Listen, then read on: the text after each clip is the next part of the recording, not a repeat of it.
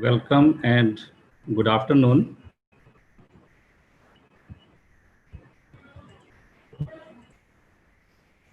You can see me, everybody?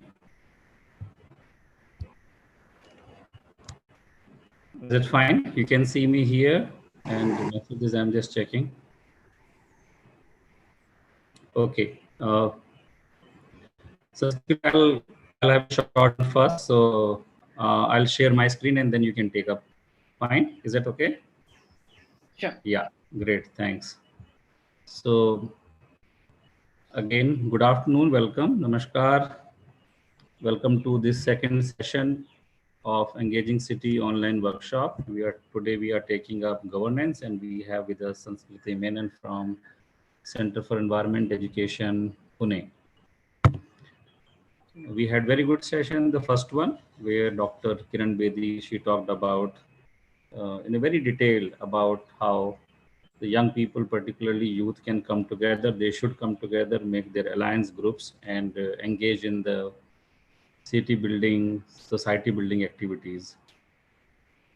Before we start, I'll have a short presentation from our own experience in Auroville, just to share the perspective, and then I'll be handing over to uh, Sanskriti. So I'll just share my screen, which is this. Is it fine? Is it visible? Slideshow from beginning. Is it fine? Okay, so this is our session today. This is one of the image, one of the map which has been produced by one of my colleague here in Auroville, which shows how the layers of development, when we talk about development, is interlinked. Any growth, which is the base, or how the society is developed. This shows the nature of land, soil, water, two of the, and the, from there emerges the rest of the living forms and support system, ecosystem.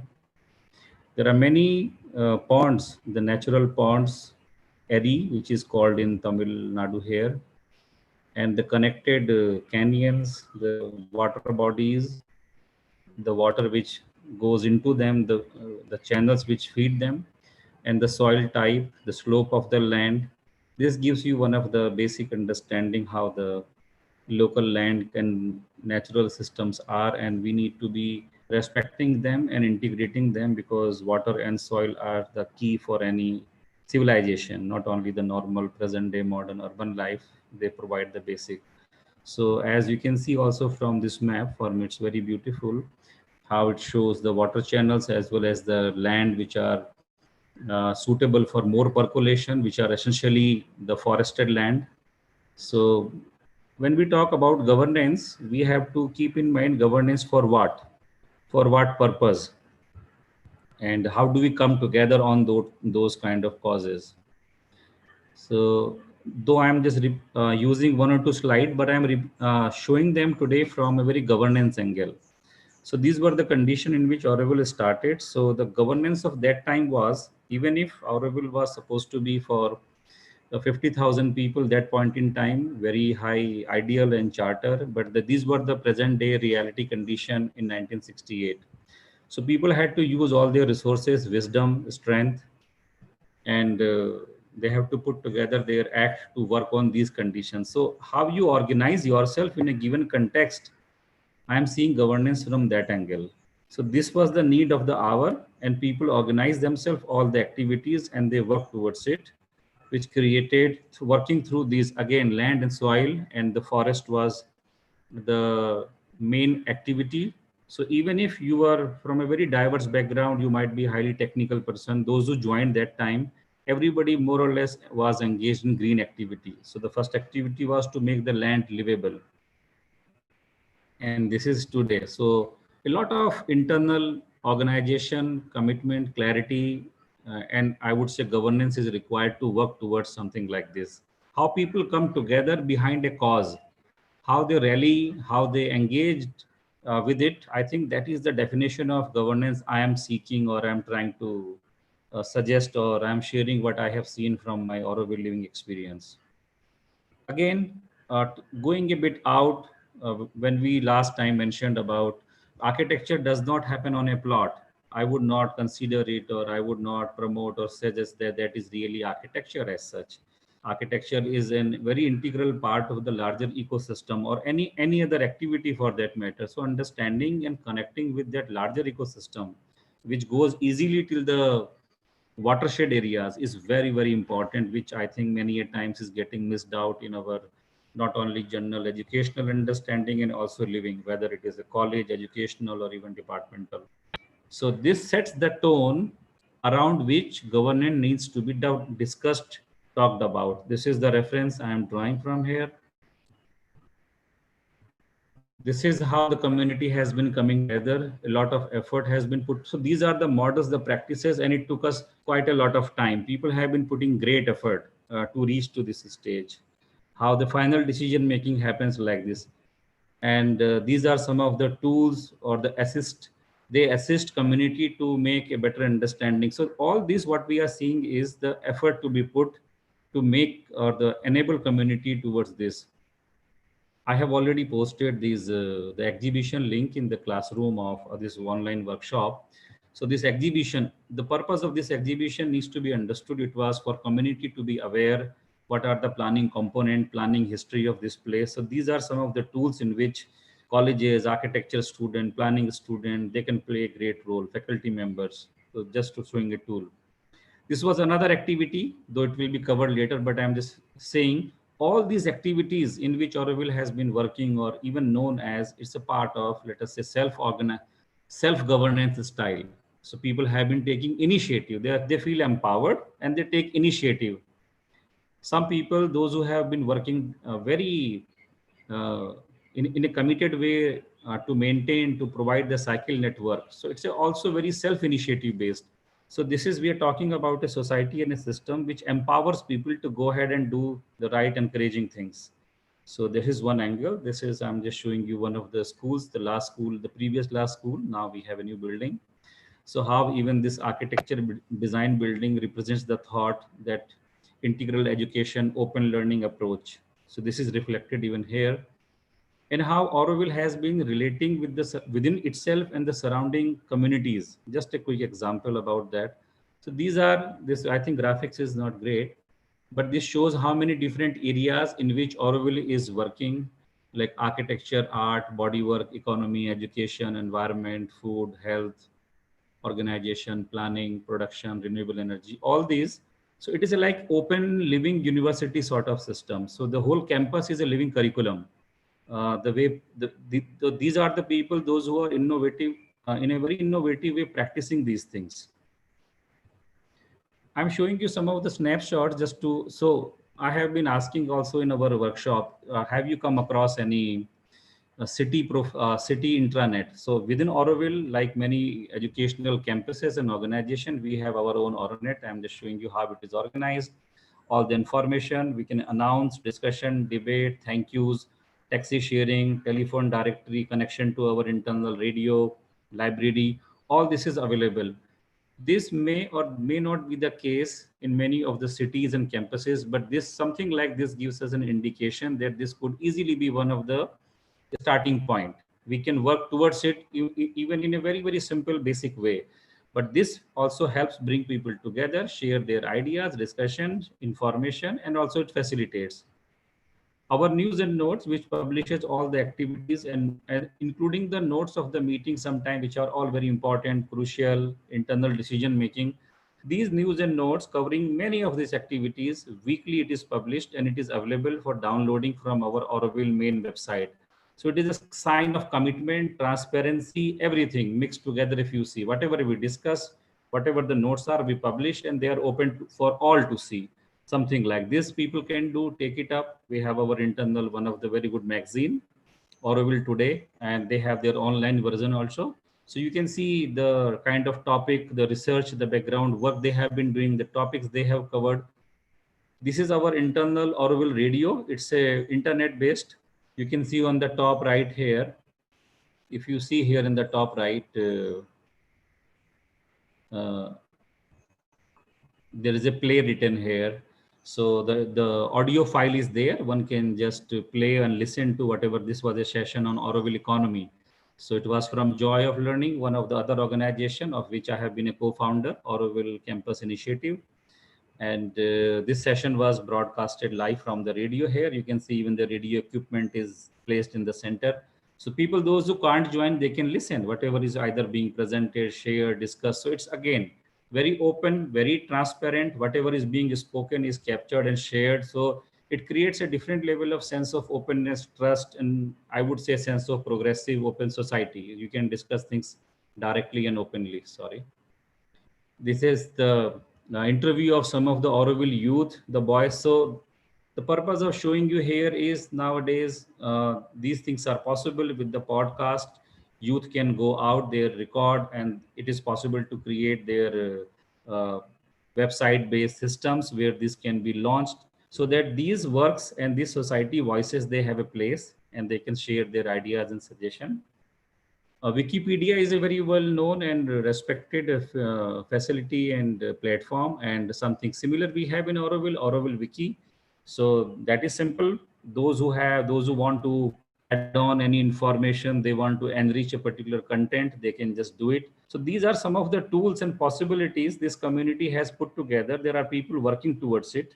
So this is just an idea of like Auroville. Even when we talk internally about a higher education initiative or something, this is a reference diagram how the whole campus is connected. So the whole city is a kind of learning campus, the integral learning campus, living lab. We have a small film festival which have been happening in Auroville, and India's one of the, I think, track and field marathon which has been happening on every second Sunday of the February. What will happen next, we have to see. So there are different groups which have been organizing these things, and you have to keep one thing in mind about Auroville. Our present population is approximately 3,000 people. That would practically mean only 2,000 adult. And the people, those who are more actively engaged in organizational activity, will be further handful, less than 300-400 or even less. So a very small group of people have been engaging, facilitating and helping and taking care of activities, but this creates a very rich living experience and environment which facilitates. We have lots of all kind of issues, topics to be addressed and discussed. So they will be there, but there are ways to address them is what I'm saying. This was a workshop which was conducted with the Canadian postgraduate planning students, where to understand the study of the villages within Auroville Green Belt. So there was a planning workshop. I can share the information later if people are interested. Sadhana Forest, which is a very well-known example of very ecological works and community living. These are the students, I think, from IIT Roorkee, those who came and visited, and they had an interaction with them. Very interesting sustainable living model, and they have been doing a lot of work outside. I'm not trying to show here the example from different walk of life, but how there is a larger governance system or an energy which facilitates this kind of diversity and richness is the point I'm trying to stress. One of the best governance model I like is this, where everybody knows their own orbit and they are in a balance because of also each other also, and this has been tried and tested for few million years. So this works very well. With this, I'll like to go to our present today's speaker, Sanskriti. She is a senior program director, Center for Environmental Education in Pune, and she leads she's urban programs. Her areas of work are school-based environmental education, urban issues like transportation and waste, and participation and governance, participatory governance. She has been the convener of the Board of Studies of Environment Education for the Maharashtra High School Board, and she has an MSc in Museum Studies and MA in Sustainable Development, and is engaged in research in the area of participatory democracy with Curtin University, Perth. With this basic introduction, I would like to hand over to Sanskriti. Thank you very much, and we'll continue. So we will again start with after the presentation towards the end. Please start typing your questions anywhere. If it is a Facebook, YouTube, chat here, and those all questions will be brought to the chat of this place, and we'll try to answer as much as possible. Thank you again, Sanskriti. Thank you, Lalit. That was really fascinating. And I think what you have just said lays a very good context for the discussion we will now have. And so thanks also for I'm the just introduction. stopping. Yeah. Yeah, I'll try and share my screen Yeah. then. You can go ahead. Yeah. I saw some of the submissions of the different colleagues here in this discussion today. It's really fascinating to see, very nice to see the maps that people have created of their own neighborhoods. It shows an awareness of your surroundings, what places are happening, what places seem some issues are there. I think these are really the lifeblood of living in the city environment. Let me just share my presentation. Yeah.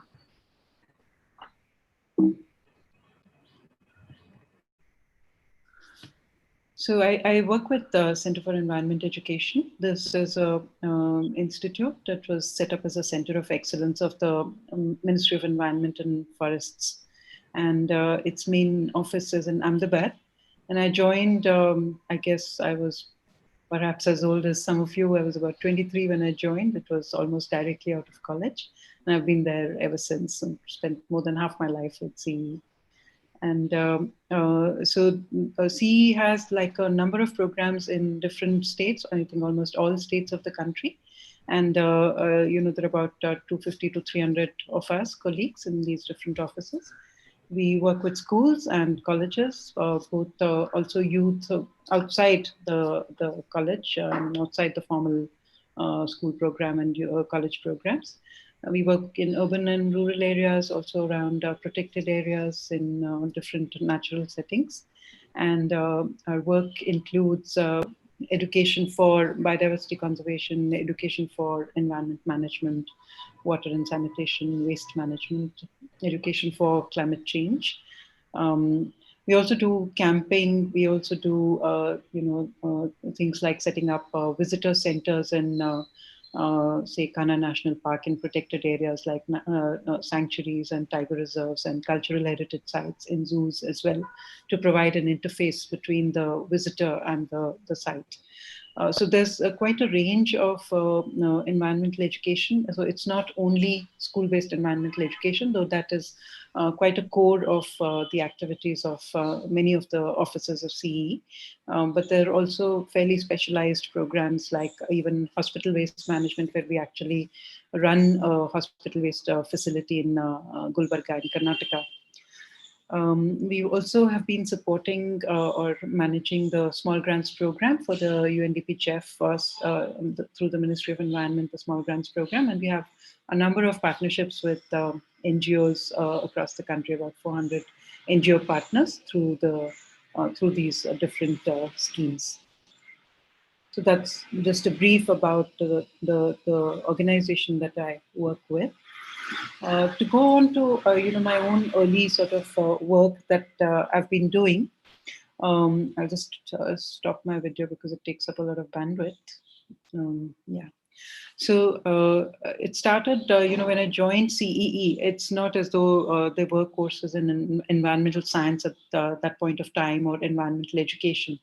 And so I had to learn, what does it mean to do work with schools and environmental education? What does it mean to work with teachers? What is environmental education all about? And I don't know if any of you, you could put in the chat box, if any of you have ever played this game called the Web of Life. So this is quite an interesting outdoor activity. It can also be done indoors, which provides an understanding into ecosystems. And so the thrust of environmental education at CE has been that you do experiential learning, and you can do that within the classroom, and you can do that outside the classroom. The idea is to have this constructivist approach to understanding about how the natural world works and how the human world works, and what are the interactions between the human, so the social ecological processes that go on. And some of the activities, we have these publications such as these. There are several such publications, which talk about the how and the why of environmental education. The idea is to empower the teacher, to have the teacher take up many different possibilities of teaching and learning. And so some of the work that that did in my early years at CE was also to develop such material. These were developed by my colleagues, the ones in English. But once I moved to Pune, I'm based in Pune. It was also to create such resources in the local language in Marathi, as well as not just adapt and translate standard materials, developed elsewhere, but also develop new materials that are locally relevant. And these are things that go directly to the teacher. But then as Lalit mentioned, I also had the opportunity to be associated with the Maharashtra Higher Secondary Education Board. And between 2006 to 2015 or so, we were able to develop these textbooks for the 11th and 12th standards. Those textbooks have subsequently changed, but we had these books in operation in across the state of Maharashtra for junior colleges for 11th and 12th. So this was quite interesting for us to have such an engagement to be able to actually put in environmental education into the core of school syllabi. Um, Moving on from there, after having done like school-based environmental education, which to me always remains like a foundation, that you learn about these, as I mentioned, the social ecological aspects. But then I wanted also to start, seeing some real life action, so to say. And I thought that I would shift to, by the way, these books are available online at some of these books, not all of them, at arvindguptatoys.com. And I mean, you could also order them from See India's site, which is displayed the two URLs here. So as I said that, after some time, I wanted to start sort of operating within my neighborhood, within my city, which is Pune. And in discussion with, my colleagues at CE, we initiated the CE Urban program.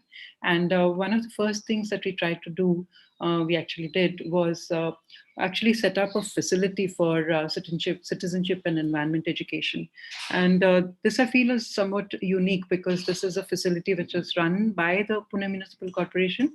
And our job, or like rather our involvement, CE's involvement, my involvement with this, was to actually create and conceptualize that such a place could be there.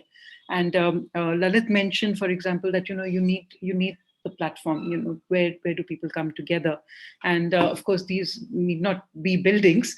They of course need to be human connections, where you are able to come together and have dialogue and discussion and think of ways forward.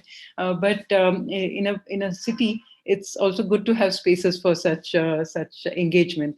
And so the idea was that we this was a barren piece of land. And it was initiated by Srimati Vandana Chavan. She was the corporator for that location. And the site where Indradhanush was created was actually like a derelict site. It was a dump site. And she said that I need to do something about this place. And so she just ran some discussions, and we came up with the idea that, we could run something like an activity center, an environmental activity center, and let's transform this place. And so conceptualizing this, and then creating the facilities and the programs that would run through this activity center, that was done. And certainly because of the grounding in environmental education, we thought that this should become the sort of environment center, where we take up our role of citizenship to understand the environmental and sustainability issues that the city faces in the framework of the municipal corporation's functioning. And so it became a facility that is in fact run by the PMC's Environment Department. But the process of its formulation was through an engagement with CE and through CE several NGOs. And what it does have is like activity rooms and installed exhibition, signage outside, and educational material, library, and things, such facilities, which are conducive to bringing people together. And so these are some of the types of panels that we did. Also have signage outside that about really nice, very tall old trees, which form like a nature walk there. And we had these topics which are quite current for any city, that you have issues of waste management and traffic and transportation and energy and climate change. And these are what we decided to keep as interactive exhibits, and we also created activity sheets for children and others to come and visit. So they have these models of how does water come to the city, for example. And the visioning for what Indradhanush should be was where we had brought together different NGOs and asked them that what should happen here, what is the joint vision of such a center. And we had the sort of wishing tree, and we had these discussions. And what you see on the right side bottom corner, so that's the auditorium. It's like a Bhartiya Betak. It's very informal, conducive to sharing kind of a space. And so it functions. It's almost 12 years now since it was formed, created, and inaugurated. And so the PMC's, the Municipal Corporation's Environment Officer, actually, that's his office now. And he also runs the environment status report, and he has been facilitating a lot of discussions and dialogue on environment.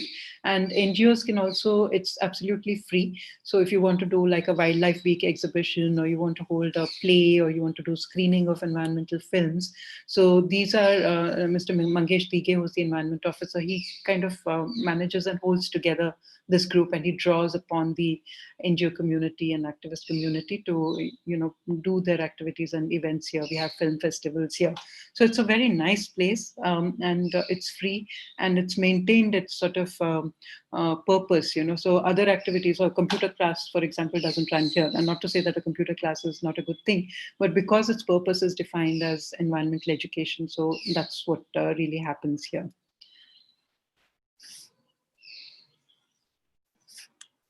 Is there any issue with the connectivity? Okay, moving on from there. It was just a sort of a background into the work that has been happening through CE as well.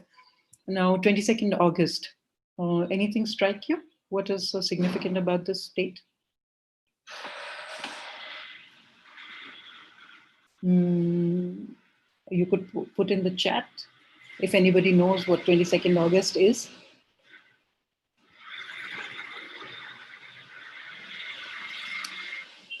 World Environment Day happens on 5th of June. Yeah. So, okay. You could also just Google it and see, but I'll tell you what it is. So it's the Earth Overshoot Day. What is Earth Overshoot Day? Earth Overshoot Day is when the day that we use up the resources that were allocated to us, notionally, of course, for that year. So if you say that this is my portion for breakfast, lunch, and dinner for the day, and you eat up everything during breakfast time, before 11 o'clock, you're done. You eat the whole day's meal. That's what we are like, these days.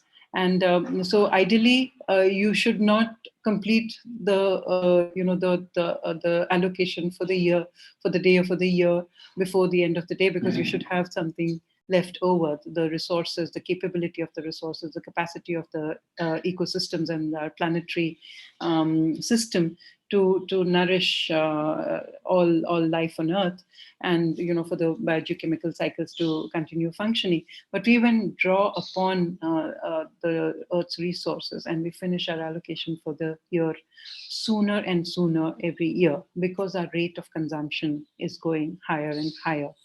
And so, in a sense, that this kind of signifies that all the things that we need to correct, because we need to actually reduce our impact on the earth.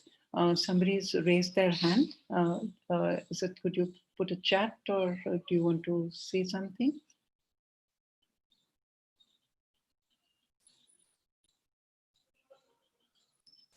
Okay, I don't see anybody saying anything, so I'll just continue. So I don't know if you've heard of the term footprint. The Earth Overshoot Day is calculated by the Footprint Network, the Global Footprint Network, and they kind of do these calculations to help governments or regions or industries or even individuals understand that, what is our impact, how much do we consume, and what does it mean. So you have the carbon footprint, this is the ecological footprint. And so for example, your ecological footprint would depend on how much you consume, how much food you consume, how many food miles has your food traveled to reach you, how processed it is. So the more you consume, which is local and organically produced, the better it is. That your diet should consist of freshly grown, locally grown, not processed food, rather than something maybe apples which are coming from New York, or things which are traveling really far, because you add up a fossil fuel cost to reaching material to you. Same way, how much waste do you generate, and do you compost, or do you recycle? What kind of energy systems do you have? Do you use energy efficient equipment or not? And so this signifies footprint, that is our impact. And we have to try and do actually something that CE has promoted or thought of or conceptualized, something called the handprint actions. So we feel that what we have to do is positive actions which reduce our resource use and negative impact, and also such actions which improve the regenerative capacity of ecosystems. So you actually conserve and you protect and you restore ecosystems. Those are also handprint actions. And the idea is that what we are all trying to do, or we hope to try and do, is that we should increase handprint actions, and that is positive actions for the environment. And when we speak about citizenship, it is something that we can do ourselves, that as individuals we behave in a responsible way, in an ethical way, in an empathetic way, and very simple things like where possible, if you can walk or cycle instead of using a bike or a car, you can avoid just buying too many things, you can compost your waste, things like that. So those are personal actions that you take on your own. You don't have to really ask anybody. You don't need anybody's permission. You are, you're taking things that you're able to do. You're doing things that you're able to do. But you can move on from there, because you will have some impact by changing your own behavior. But if you wanted to do larger change, you can collaborate with your neighbors, your campus, in your neighborhood. You can set up like a collection center. You can set up community composting. In many cities, or some cities, there is collective rainwater harvesting. So a whole building can take up a rainwater harvesting or a community rainwater harvesting project. So these are things that you can do together. And you have to learn the skills to operate together, which Lalit was showing pictures of, which are nice, that you need to have the ability to work together. But we could also, hear Dr. Bedi, for example, she was saying that, what can you do? And there are things that you can do yourself, things that you will do collectively, and things that you will do with the government. And she also mentioned that maybe sometimes governments are responsive, maybe sometimes governments are not responsive. And certainly, but, when we want to change things systemically, there, I think, because government is an entity. Governments are entities which we are formalizing our ways of working together. We can, of course, put ourselves, we have self-discipline, and we say that I have this routine and I do this. That's my rule for myself. Or you say that we as an apartment block or a cooperative housing society, we've created this internal rule that we will always segregate our waste and we will compost here, and we have this person who will help us with the recycling collection, etc. etc. So you've created an internal rule. But when you say that larger society, that this is the rule that we follow, that we have the solid waste management rule 2016, which is when the government has, through maybe a stakeholder consultation process, etc., decided that we are deciding this rule for the whole country or for the whole city or the state, etc. And so for doing things, at a larger scale and systemically, it is very important that we learn collaborative action, which is with each other and with the government. And I was trying this footprint symbol that you see here, and at footprintnetwork.org, you can actually do your own individual footprint calculation, and I would really encourage you to do that. So even if you do a number of good things, you can take it many times to see that, okay, if I fly 30 hours, then what happens, versus if I fly 5 hours, then what happens, etc. And it gives you a message also that even if you are doing your individual actions quite well, you will still have an impact which is not zero. You will still have, of course, a personal impact, but you will have a larger impact if you work with your government, because there are systems which are perhaps badly designed. So often sometimes people will say that, I really would like to buy a safe organic food, but it's not available, or it's so expensive, and which means that you are not, or that I would really like to take public transport, but there is no public transport in my city, which means that you cannot individually introduce bus system in your city. It will have to be with the local government. And how can we work together to create systems that enable us to reduce our footprint and increase our handprint? And that's why it's very important that we think about how we can be active citizens. And I think Dr. Bedi's talk was also bringing this out, that we cannot just be consumers or customers of government services. We have to be citizens. We live in a democracy. We create systems together with the government. That is how we decide that we want a sustainable world. We have to work towards creating the systems that allow us all to be sustainable. And so that's really the theme that we discuss today, that how do we arrive at these processes? How do we act together and work together to create these? It's not simple. It is, of course, very complicated, but it's not as though it cannot be done. It is being done, and many different places. When we say democracy, I mentioned the word democracy, and people say that, yeah, the cornerstone of democracy is participation in elections. It is the thing that describes a democracy. And we say India is the largest democracy, is we have free and fair elections, etc. And what we see, this is 2019 elections, and this is Pune's news, I guess, which says that not even 50% turned out to vote in Pune, and when you look at the voting pattern, we find that about 30% people are not even listed in the electoral roll, so they cannot even go and vote. And from the people who who are registered in the electoral rolls, how many cast their vote actually? So that again maybe just 50%, as this news report says. So firstly, maybe 30% are not listed.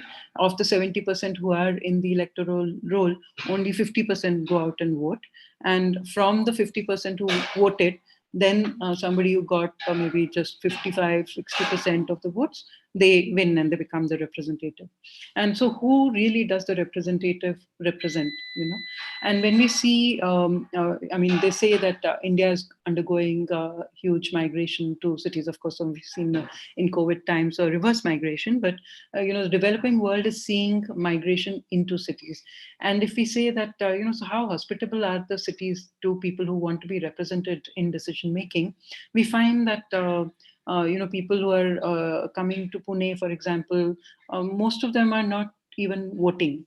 So you see this first bar in this graph, and people who've been here 5 to 10 years, most of them don't vote. So the new entrants to the city are not part of decision making. So only some older residents are part of decision making. So how hospitable, how representative for new entrants to the city? is the city's decision making. So I feel that while of course elections is one element of democracy, we cannot just be dependent on it for leading us to sustainability, because many of us are not really part of the election system in that sense. And so how are we going to have a say in the decisions that really affect our lives? Um, Before I go forward, so what is governance? I mean, if somebody can just people, what's your perception about the word governance itself? What does it mean? If you can just type in, it would be nice.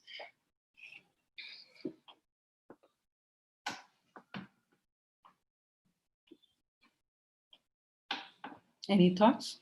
What is the meaning of the word governance? People say that we want less government, we want more governance. What does that mean? Or Lalit says that the idea of coming together, lead by example within a set of guidelines and enforcement laws. People coming together, bound by guidelines. Yeah, so that's close to. So the process of governance is really the process of decision making. So you could have very autocratic governance, and you could have participatory governance. So governance in a sense it's a neutral, and you add an adjective to say that what type of governance is it. So is it it's the process of making and implementing decisions. And we are talking here that the representative form of government and the representative form of decision making of governance is only very partly working for us. And we're talking about participatory urban governance to be able to resolve or address urban sustainability issues. So this is that so this chart, we did a survey 2-3 years ago about views people have about the decision making by the local government, by the Pune Municipal Corporation. So we saw that a lot of people are not participating in the elections. And then, okay, so we also asked then, so what do you think about the decision making by PMC itself? And so a lot of people think that the decision making process at PMC is in great need of reform, and they feel that it is not transparent, and the decisions that the PMC is making are not necessarily benefiting the poor. So this is the view about the government that we are supposed to have elected, and of course many of us have not elected that government, but so that is the government that we have. That is the decision making that is happening. So then it's not as though participation is not happening. Here we are saying that the city may not be involving you; they are doing their own decision making, but citizens or the public does want to participate, and we do so. I mean, thankfully, we are as a democracy, we do allow the rights of association, the rights of free expression, and these are sort of rights that we defend as a democracy.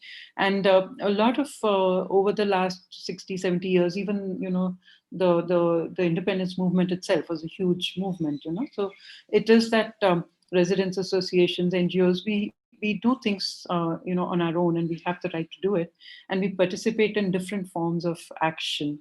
And we've had some pretty good successes. For example, the Right to Information Act, or the right to, even the Street Vendors Act, for example, has come about because some people have struggled and they have represented to the government of the day to say that we feel that these injustices ought to be addressed, or this is a better way of doing things. So many good things have happened because people have tried on their own to participate in the realm of decision making, working with the government. But these sort of struggles, they also have some limitations, because it takes a lot of time and effort. You need to devote yourself to that thing, and you then so if you're earning to do some your own job, so when you have time to do that, because it takes a lot of effort to come to some kind of a success with this. It's not easy to create laws or change laws, or create ways of implementation.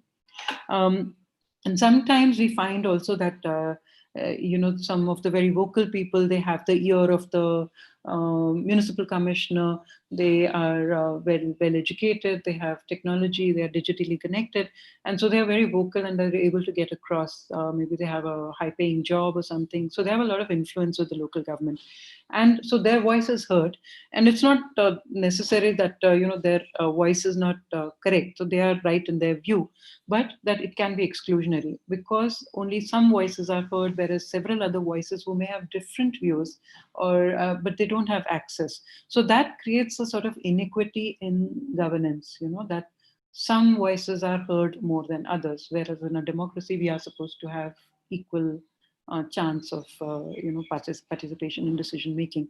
So organic participation, as we say, has like both successes as well as limitations. And the other, which is induced participation, as we see that government itself does want public, or does have some mechanism to have engagement of people.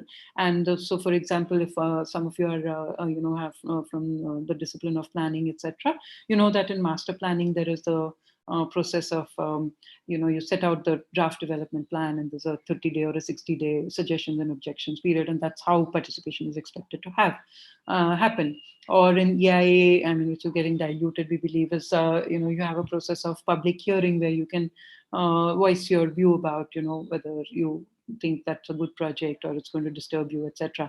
And so there are certain mechanisms like this, through which some form of participation can happen, but it mostly becomes like a protest rather than a constructive engagement. It's not as though you're coming together and deciding that here's a great thing to do and let's decide how it is to be done, etc. There's an issue here that we can together solve. So induced participation is like very limited. There's no dialogue or discussion. In a master planning process, you give written suggestions, and the hearing committee will maybe hear you, maybe take your suggestion, maybe they don't. There's no discussion amongst all the people who are similarly affected, or who might have a better solution. What can we do with our river system, or how can we manage our public transportation better? There's no such discussion. It's you give written suggestions or objections.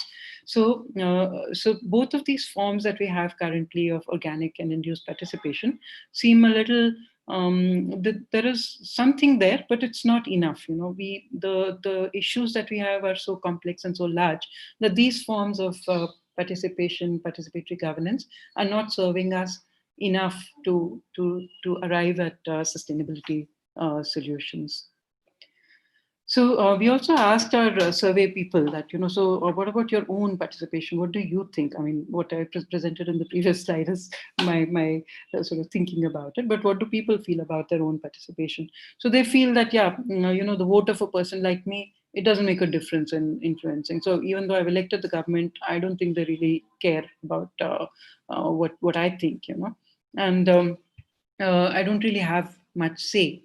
And the PMC does not involve the public in decision making, because that is what people, the elected representatives, often have this feeling about themselves that I'm elected to represent my electorate, and I will do the decision making. And there is no need to now talk back to the electorate, the people who have elected me, to ask them. So now I'm the repository of knowledge and thinking, and I'll decide. But that's not what democracy is. Democracy is a sort of it's based on discussion and dialogue. It is a form of associational living. That's what Dr. Ambedkar said, who was the of the Constituent Assembly. We say that representation is also not enough, and the forms of participation that we have are also not enough. So what next? We asked people that what do you think? This on the left is something called, that if you find in research, is something called the Arnstein's ladder of participation. Sherry Arnstein lived in the US, and in the late 60s or so, she developed this ladder of participation to characterize what kind of participation happens. And so using that, we created a survey tool, and to say that you rank, the respondent must rank where they think they are vis-a-vis the PMC's decision making. So as it turns out, people feel that PMC, the municipal corporation in Pune, does inform about decisions. So like, okay, there'll be things in the newspaper and there'll be reports and things like that, or people will make speeches, etc. So there is information about what is happening, what decisions are being taken, but that's it. People are not really being involved in decision making. And so the second question was, so the green bars, they indicate that, how would you like the PMC to involve you? To what extent should PMC involve you in decision making? And the answer for that is that somewhere between delegated power and partnership. So somewhere here that we would like to have that level of decision making, that PMC treat us as partners in decision making. We are not saying that we have full resident control, that we make the decisions, but we would like the public to work with elected representatives to have a say in decision making. So this is what the perception of people is vis-a-vis their own citizenship and their own participation in governance. And when we looked at a little more carefully that who's, what are the responses of the people, we tried to characterize it. So, sorry.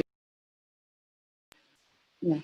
So the people who were most dissatisfied with the state of affairs were people who were not getting a lot of information.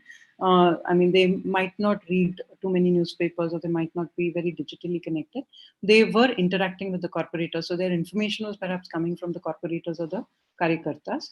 But people who are perhaps more elite and they were digitally connected and getting their news, also news beyond Pune, they're getting a lot of access to information. They seemed satisfied with the decision making, and there were a whole set of people who were quite apathetic. So the largest chunk of people, 37%, seemed well, okay, maybe slightly negative, but they're not really accessing information, and they chose to remain apathetic. And there were people who were also dissatisfied, more than less than these people, but most dissatisfied, though also accessing information. So this chunk of people, about to 40-50% of the people, 50% of the public was dissatisfied and getting some limited amount of information. So we also found that the availability of information and also was connected with the quantum of dissatisfaction. So just to summarize what you've just said, that decision making about public life, how are we going to do things like civic issues, waste, water, biodiversity, planning, transportation. All these are decisions which should make life better for us, decisions related to these things. But we are not really involved in these decisions. And when it does happen, I mean, sometimes you get good success, but often in a public meeting, if you live in a cooperative society and you try to have a society meeting, you find that, often somebody is speaking very loudly. Most of the people are quite quiet. Maybe women never speak. Children or youths maybe have no role, or they say that, we really don't feel engaged at all. And, some majoritarian views prevail, and somebody is trying to say something different. They are just ignored, and and often, like, there's no real information on the basis of which you can make some decisions. So there's sort of a sorry situation, one can say.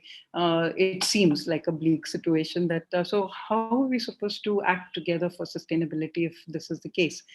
So I'm just framing this because the idea is that, sure, you do your own thing, you do your individual actions, you do collective actions, but realize also the landscape of collaborative and collective decision making, and the skills that we need to have to be able to overcome these sort of challenges, that we don't have very good frameworks for collective and collaborative decision making of engagement with the government and with each other. And part of the work is really to develop just precisely these community connects, so that we can have a convivial relationship with each other, so that we have a safe space in which to engage with each other. I think what was powerful about the visuals from Auroville was that it's a friendly environment, that people know that they have to coexist, and that it's a community, and we are not here to fight with each other but to live well together. And so that basic empathy, or the basic ethic and the regard and respect for each other, that itself is something to work together, to work on, to develop and cultivate in society, so that we have good decision making for sustainability, so we have the confidence to work with each other. So what comes in the way is, that there's quite a lot of heterogeneity. I mean, you would have like class or caste barriers and literacy barriers, gender. I mean, then access to public decision making. Some are more influential than the other, and the lack of information itself. So some of these are constraints that we have to get over, so that we can, start participating. So there is some groundwork to do in being able to come together for sustainability decision making or discussions and deciding what to do.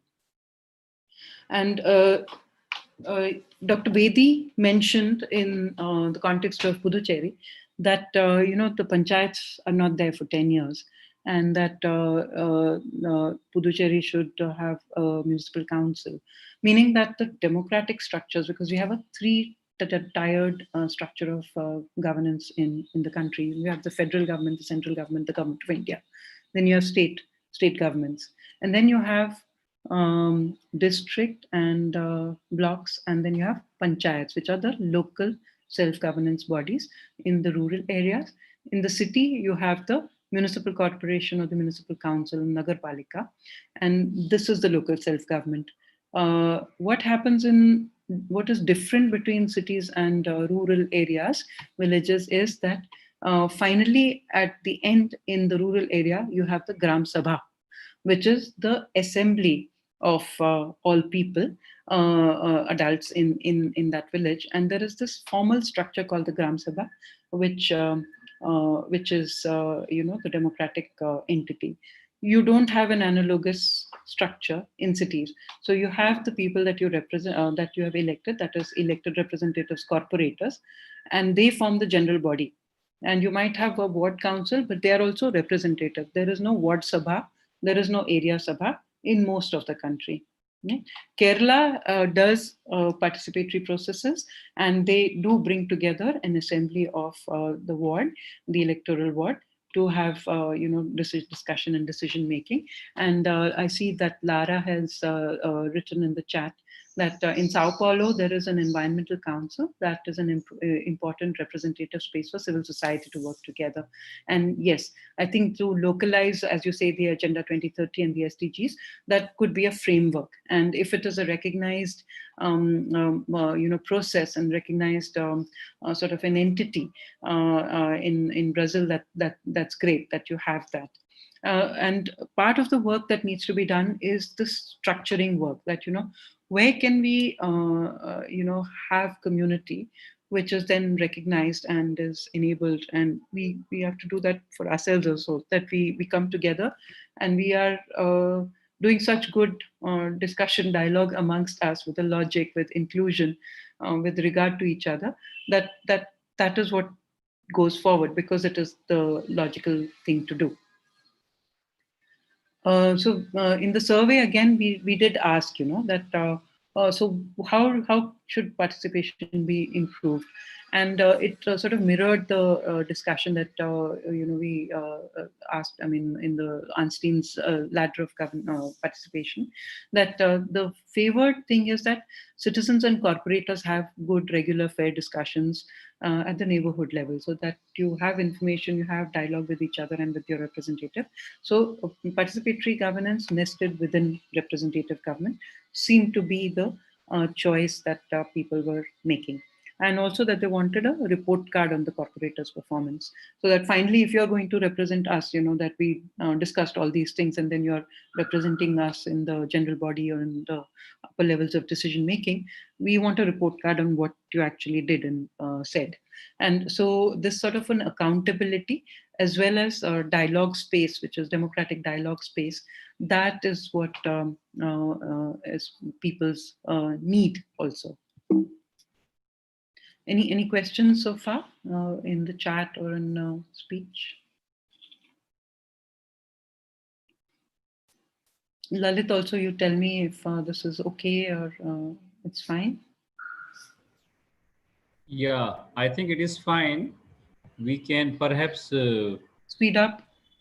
speed up is one thing. There could be two part. Maybe we can take up some questions now. That may not be a bad idea because your second topic is shifting towards mobility, right? No, there's a little more in Okay. governance as well. So And that could be yeah, one way of dealing with this. yeah. So if we can take a pause and take up questions related to governance, and then we again switch to mobility. That might. Yeah, I have some more about governance as well, some examples. Yeah.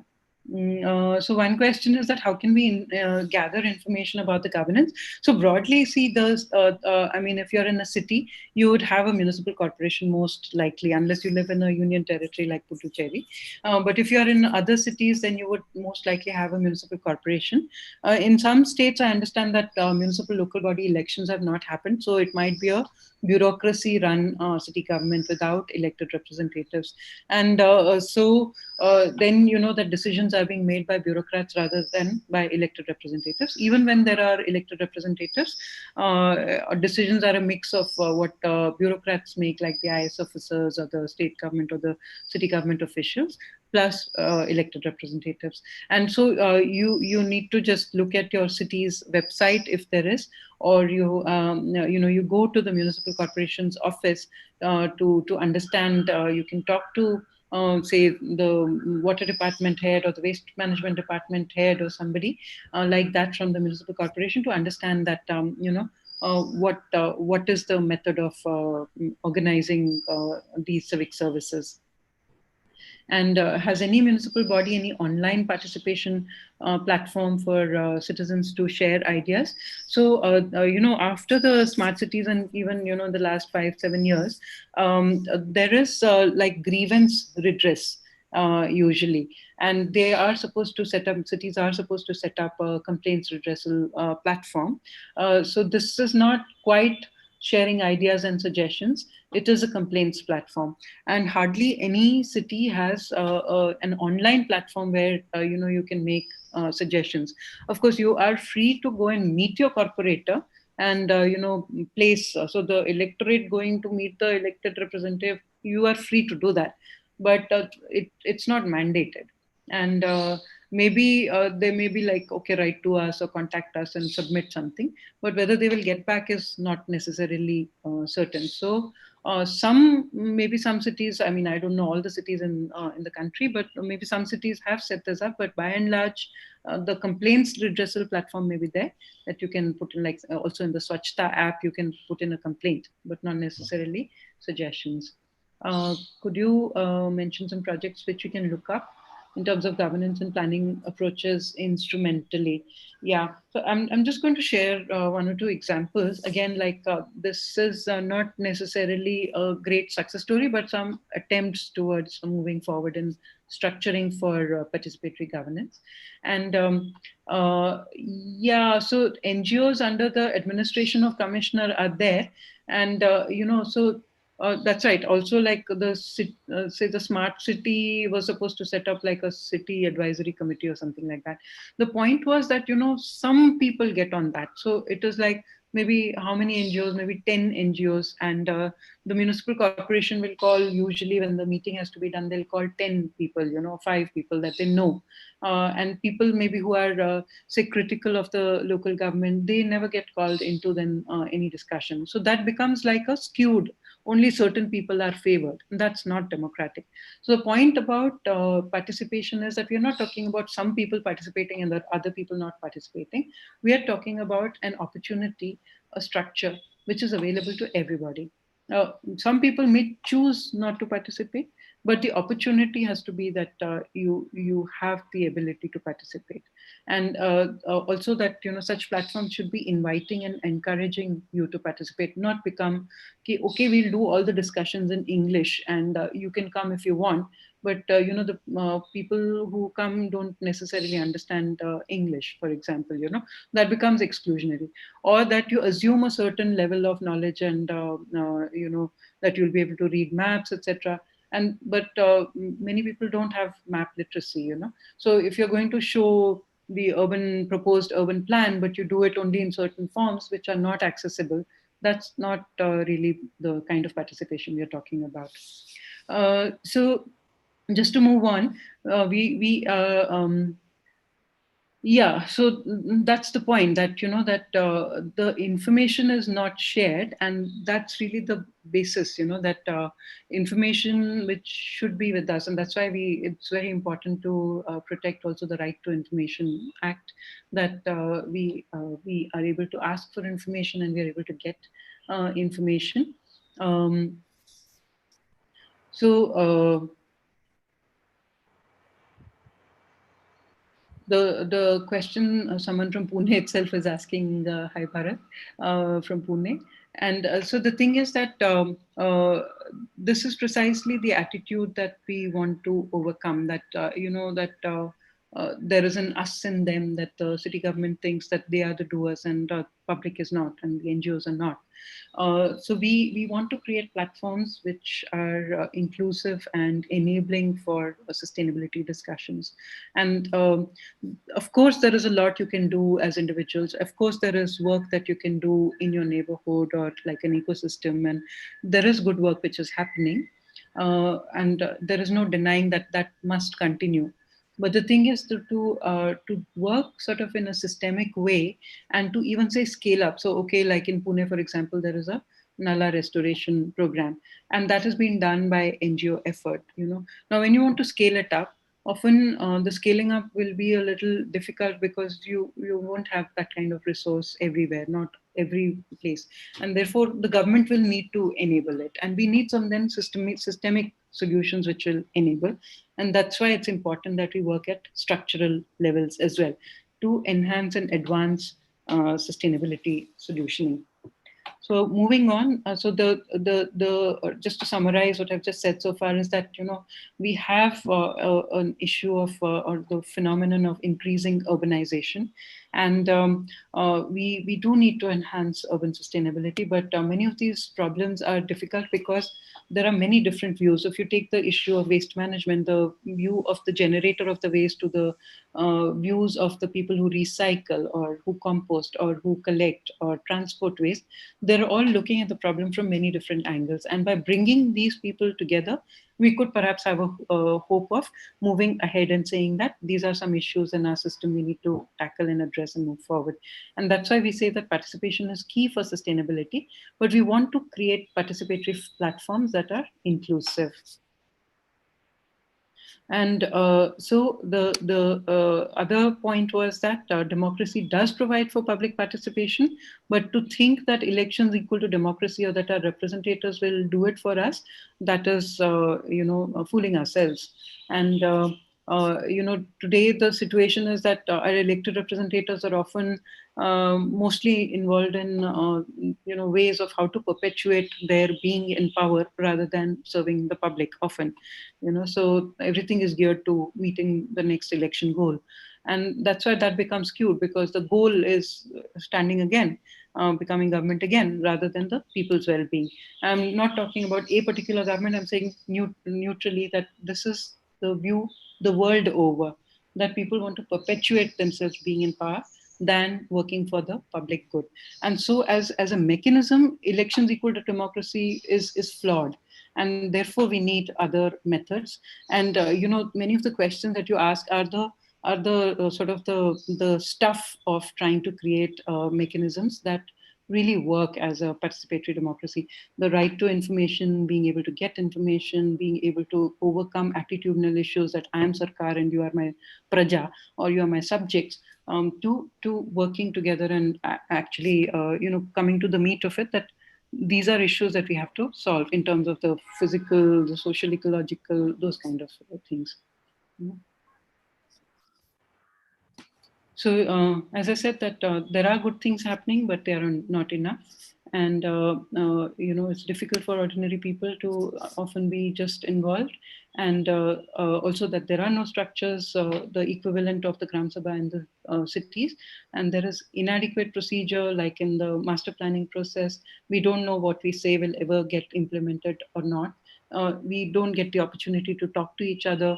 It's not transparent, and there is no process of facilitation that of moving the process together forward in a fair way.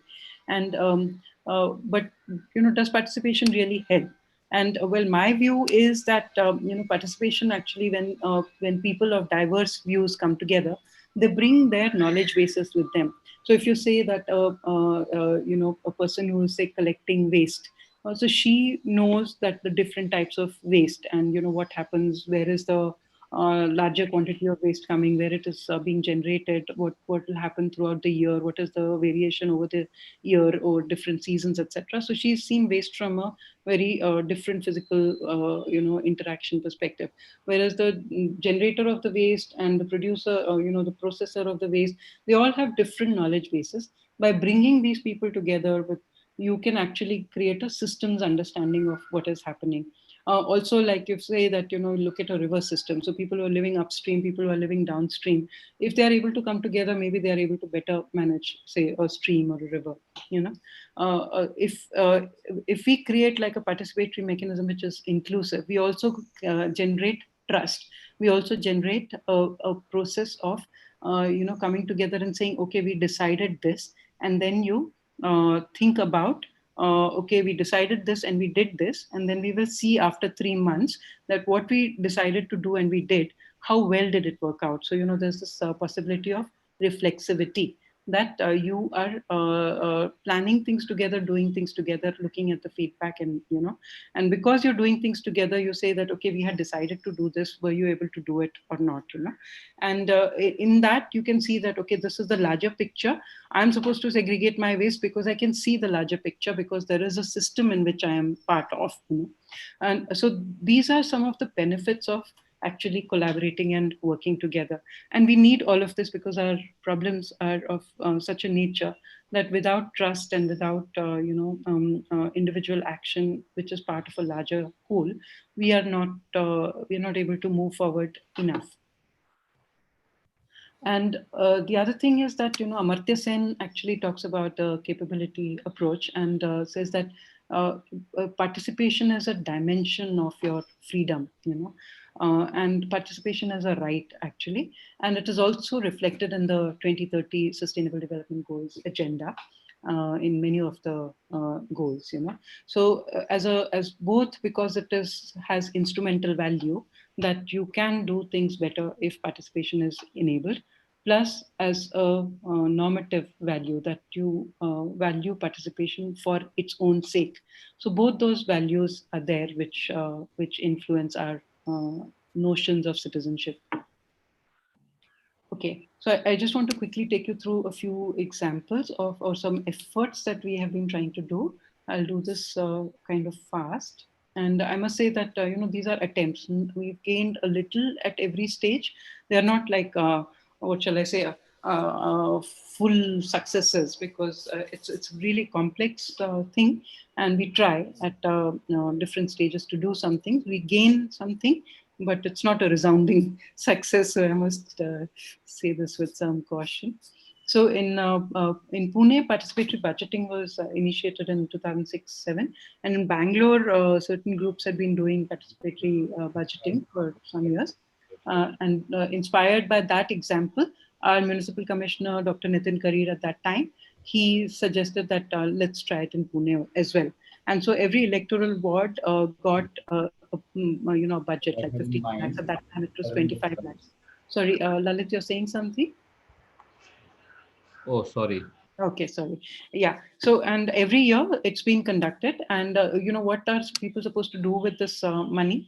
It's that you can give suggestions on this. So, Is there a platform for giving suggestions? So Pune's participatory budget is such a platform. It still exists, and every year, this is the ad from 2009-10, but every year such an ad is published by the municipal corporation. I don't know if they'll do it this year or not, but to say that this the citizens participatory budget is now open for people to give suggestions, and in these categories of works you can make suggestions.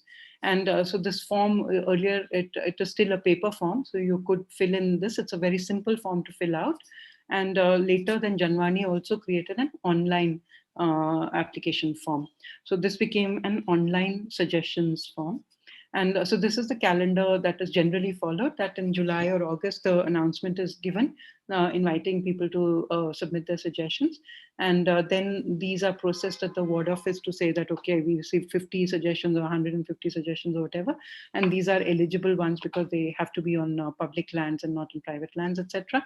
And they have to be doable as part of this. And they have to be in certain direction. You can't really propose a flyover. I want a flyover here.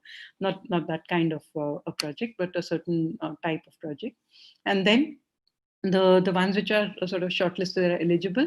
These are placed before the wards committee for every administrative ward's elected representatives to decide. And once every ward has made their decision, they send it to the accounts department. And then all those that are okayed also, I mean, they are accepted. That the accounts department doesn't do a filtering further, but they become part of the municipal commissioner's budget speech in January. Around the 15th of January, the commissioner is expected to, in Maharashtra at least, municipal commissioners are expected to make their budget speech. And through then January and February and March, the general body and basically the corporators, look over the budget, and then it is finalized by the end of March. And then the budget book is published in April, which is when you would be able to see that, the suggestion that you made in August or September, it takes all this process, and if it succeeded, then it gets printed in the budget book. And then June onwards, then implementation starts, while also the next year's process starts. So this is how participatory budgeting has been going on. Now this is like a nice process, huh? That okay, it works like this, it must be going very smoothly. And certainly it did work for some years, that every year a certain amount, and this is not a small amount. I mean, the budget of the PMC, the Pune Municipal Corporation, is around 4,000, 5,000 crores typically. This year it will be around 3,000 crores because there is not a lot of tax income coming in from different, the building permission, etc. Also development charges. So, but typically, like about 1,500 to 2,000 crores might be the capital expenditure that is possible, of which then 10 to 30 crores from citizen suggestion. So it's not a small amount. It's not that great either, but it's been there every year. And so you could say that in a sense it's been happening and successful, that the amount has also gone up, and that regularly it has been conducted. And so you could say that it seems like a good thing that it's open to all. It's free of cost. There is no great cost to participation. You just have to fill out a form. It's very simple to participate, and it takes place every year. And it's a platform beyond complaints, because that was one of the questions asked, that can you make suggestions? So it is a platform for suggestions. And then it gets published, and usually that around September, the municipal corporations relooks at its budget and reallocates. Some things are happening, not happening, but these works don't usually get reallocated, so they usually get done, or at least 40, 50%, 60% of the works seem to get done. We've done a physical survey at maybe around 2013-14. Some projects were getting done. However, not everybody is not very happy. The first thing which is not represented here is that very few people know about it. So it's a nice thing, but very few people participated, few people know about it. And the corporator says that the citizens really don't know what to suggest. They utpatang cheezein suggest kar dete hain. And then somebody will say yahan toilet chahiye, whereas somebody will say yahan garden chahiye. So how do I decide? How do I balance between the needs of different people? And people will submit a suggestion, but it may not get through actually. And even if it gets through, whether the corporation officials, the ward officer will actually do that work, we don't know, because we have to keep following up with the ward officer and the junior engineers and the engineers to get the budgeted works done, and they may or may not do it. And similarly, the ward officer says that, yeah, citizens don't know what to suggest. They suggest unreasonable works. We already have so much work to do. And then, we have another 50 or 100 things to look at, to do a site visit. It's just too much work. And then people also give suggestions, and the corporator also gives suggestions. So whose suggestion should we follow? We get caught in between. And then they say that it's not actually people who are giving the suggestions. It's a corporator, the elected representative, or their karyakartas who are giving they are pretending to be citizens, and it's not really public. So it's like a mixed bag. However, I mean, a few of the genuine suggestions do get done, and some of them are just corporator works. And this corporator says that I know the pulse of the people, I know this is what people want to do, so I'm suggesting it, but behind me there is an electorate. So it's really mixed. There's no black and white here. It could be a lot more, if, like, say, thousands of citizens were participating and actually asking for greater accountability. That would be great. Now, of course, this whole participatory budgeting comes from Porto Alegre. And Lara, if you have some updates on what is happening in Latin America with participatory budgeting, that would also be nice to hear. But moving forward, because we had this sort of mixed bag feeling about participatory budgeting, we assembled an inclusive group of different types of people, from different walks of life, to say that, this is what happens in participatory budgeting in Pune, that it's a sort of attenuated process. Not a lot of people know about it. We don't know what happens with it. And, to answer your question, that transparency is not necessarily ensured. And that was one of the issues that, I put in a suggestion. It's not as though I'm given a tracking number, and I'll be able to follow through till the next year to see what really happened to my suggestion, and did it get included in the budget book. You can see the budget book to see whether or not it was included. And then if it gets implemented, am I able to go and see what happened? So this whole tracking thing does not exist. And then in 2014 and 15, when we tried to assemble a different sort of people from different walks of life to review participatory budgeting, they had a number of suggestions, but two key ones were that you can't just do budgeting. You need to have a planning base. And so people need to actually come together, look at their ward, and say that these are the shortfalls in our area. We don't have public toilets, or there are street vendors but they need better service street vending spaces, or there are no street lights here, or we need a better crossing here. You need to have a ground level experience which you are actually sharing and discussing, and then it needs to be a planning layer before you start budgeting or giving suggestions for budget. And then once things get implemented, you should do a social audit. The social audit seems to be there in, say, rural development work, but hardly there in any urban development work, that some public work was done and people are actually involved to say that yes, it meets our needs, or this needs to be rectified. So planning layer and social audit layer are important elements of participatory budgeting, which need to be incorporated in Pune's PB process. And of course, a lot more people should participate. And the commissioner at that time, Mr. Kunal Kumar, he's now JS for Smart Cities in the Government of India, Mahua. He also had another suggestion that can we have like a rational basis for decision making for the whole budget as well.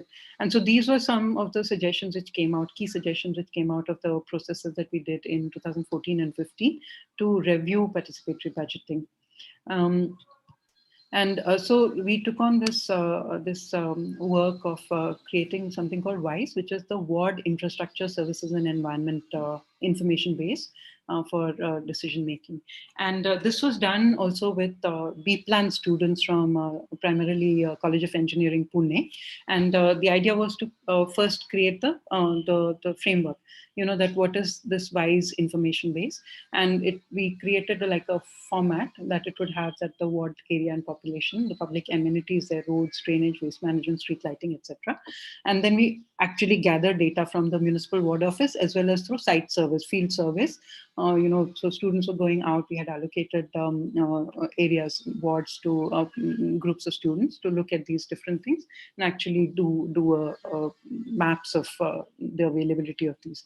And so that this information base is then looked at to create an index to say that these wards are good in their infrastructure status, these are needing some additional work, or these need a lot of work, etc. And that becomes the basis for for identifying potential projects and priorities, and then need-based budget allocations can be done. And so this work was done. And so this was the proposition that you create this on the left-hand side. The green map would show you that these are newly integrated areas into the municipal corporation, and they were underserviced wards. Whereas some of the central wards of Pune, electoral wards, have been there in the city for a long time, and they are also more powerful politically, and so they are quite well serviced. And so we wanted to say that let us look at this map and do the converse of this for the budgeting, that the underserviced wards should get more money. So that is the blue one. And so this was also included in the budget speech of the municipal commissioner in January of that year, 2016, I guess. And so this proposition was made, and I think the logic of it is understood and quite reasonable. I think everybody would not doubt this, but somehow this was not really accepted, that we cannot accept this because there are like large civic works which are not only for that ward, etc. So different reasons are given for why this reasoning could not be accepted. However, the point was that this idea has been introduced, and if it gathers strength, gathers momentum, we are able to. We also did that year, because we had done the ward level surveys, etc. We were able to create these ward profiles, that you are here in this ward, and this is your score in terms of the parameters we mentioned earlier, and that this is the kind of budget which has been allocated. These are budget items that have been allocated to your electoral ward. And so this could be available to all the citizens to say that, okay, downloadable, you can see it in your phone also, and say that, okay, I was supposed to get a footpath here, I was supposed to get a crossing here in my ward, and whether it has come or not. So improving this information base would be a critical sort of decision making. And we were not able to continue because we are also an NGO. We're not able to continue the WISE process year after year. But based on that material that is there, so this website is still there, Pune Our Budget. It has the historic data from that time, and we update it from time to time. But what happened was that the municipal corporation has since then started publishing the budget statement in Excel. Earlier, it used to be only in PDF and Marathi. And so, we would need to write, Nikhil would help us write, he would write a program to extract the PDF into Excel so that you could analyze it and see that, okay, what is the spending on transport, or what is the spending on waste management, and how is even that sector, so this sort of pie chart that is here, this graphic, it is able to break it down and analyze the budget. This budget is extremely important when you're talking about urban civic decision making, because budget is the intent. That's where you're putting money where your mouth is. So you could otherwise be saying a lot of goody things that, yeah, we're going to promote cycling and walking, but when it comes to actually putting the money, it's all going into flyovers or something else. So budget shows the real intent of policy. And that's why it's very important that as citizens, we watch what is happening in the budget. We ask that the budget be transparently available through RTI, through asking, through various ways of coming together and saying that this is our money, and we need to know what is happening with the budget. Going beyond the budget, just a small quick case that I was talking about the master planning process. So often the master planning process is not inclusive. You hardly involve people before making the draft development plan. You ask for comments after you have already drafted. In the case of the Pune cycle plan, which we were also associated with, it was prepared through this extensive study-based and participatory process, and it was actually passed by the PNC General Body in December 2017. It was a formal project of the municipal corporation with money from the Government of India as well. And so the idea was that, this is the process that we followed, that we started, and we did a number of, the regular, Prasanna Desai Architects and iTrans and CE together. So the number of these regular transportation surveys were done, traffic counts, how many cyclists are there, where are they, etc. The household survey to establish mode share, that how many go by which mode, etc. But while these surveys were on, We also did meetings in all administrative wards, and a number of meetings with cyclists, non-cyclists, corporate groups, cycle clubs, schools and colleges, youth, etc., to find out what is the feeling that people have about cycling. Do they want to cycle? Are they cycling? Who's cycling? Do they want to cycle? Will they feel safe cycling? What are the issues that they face in cycling?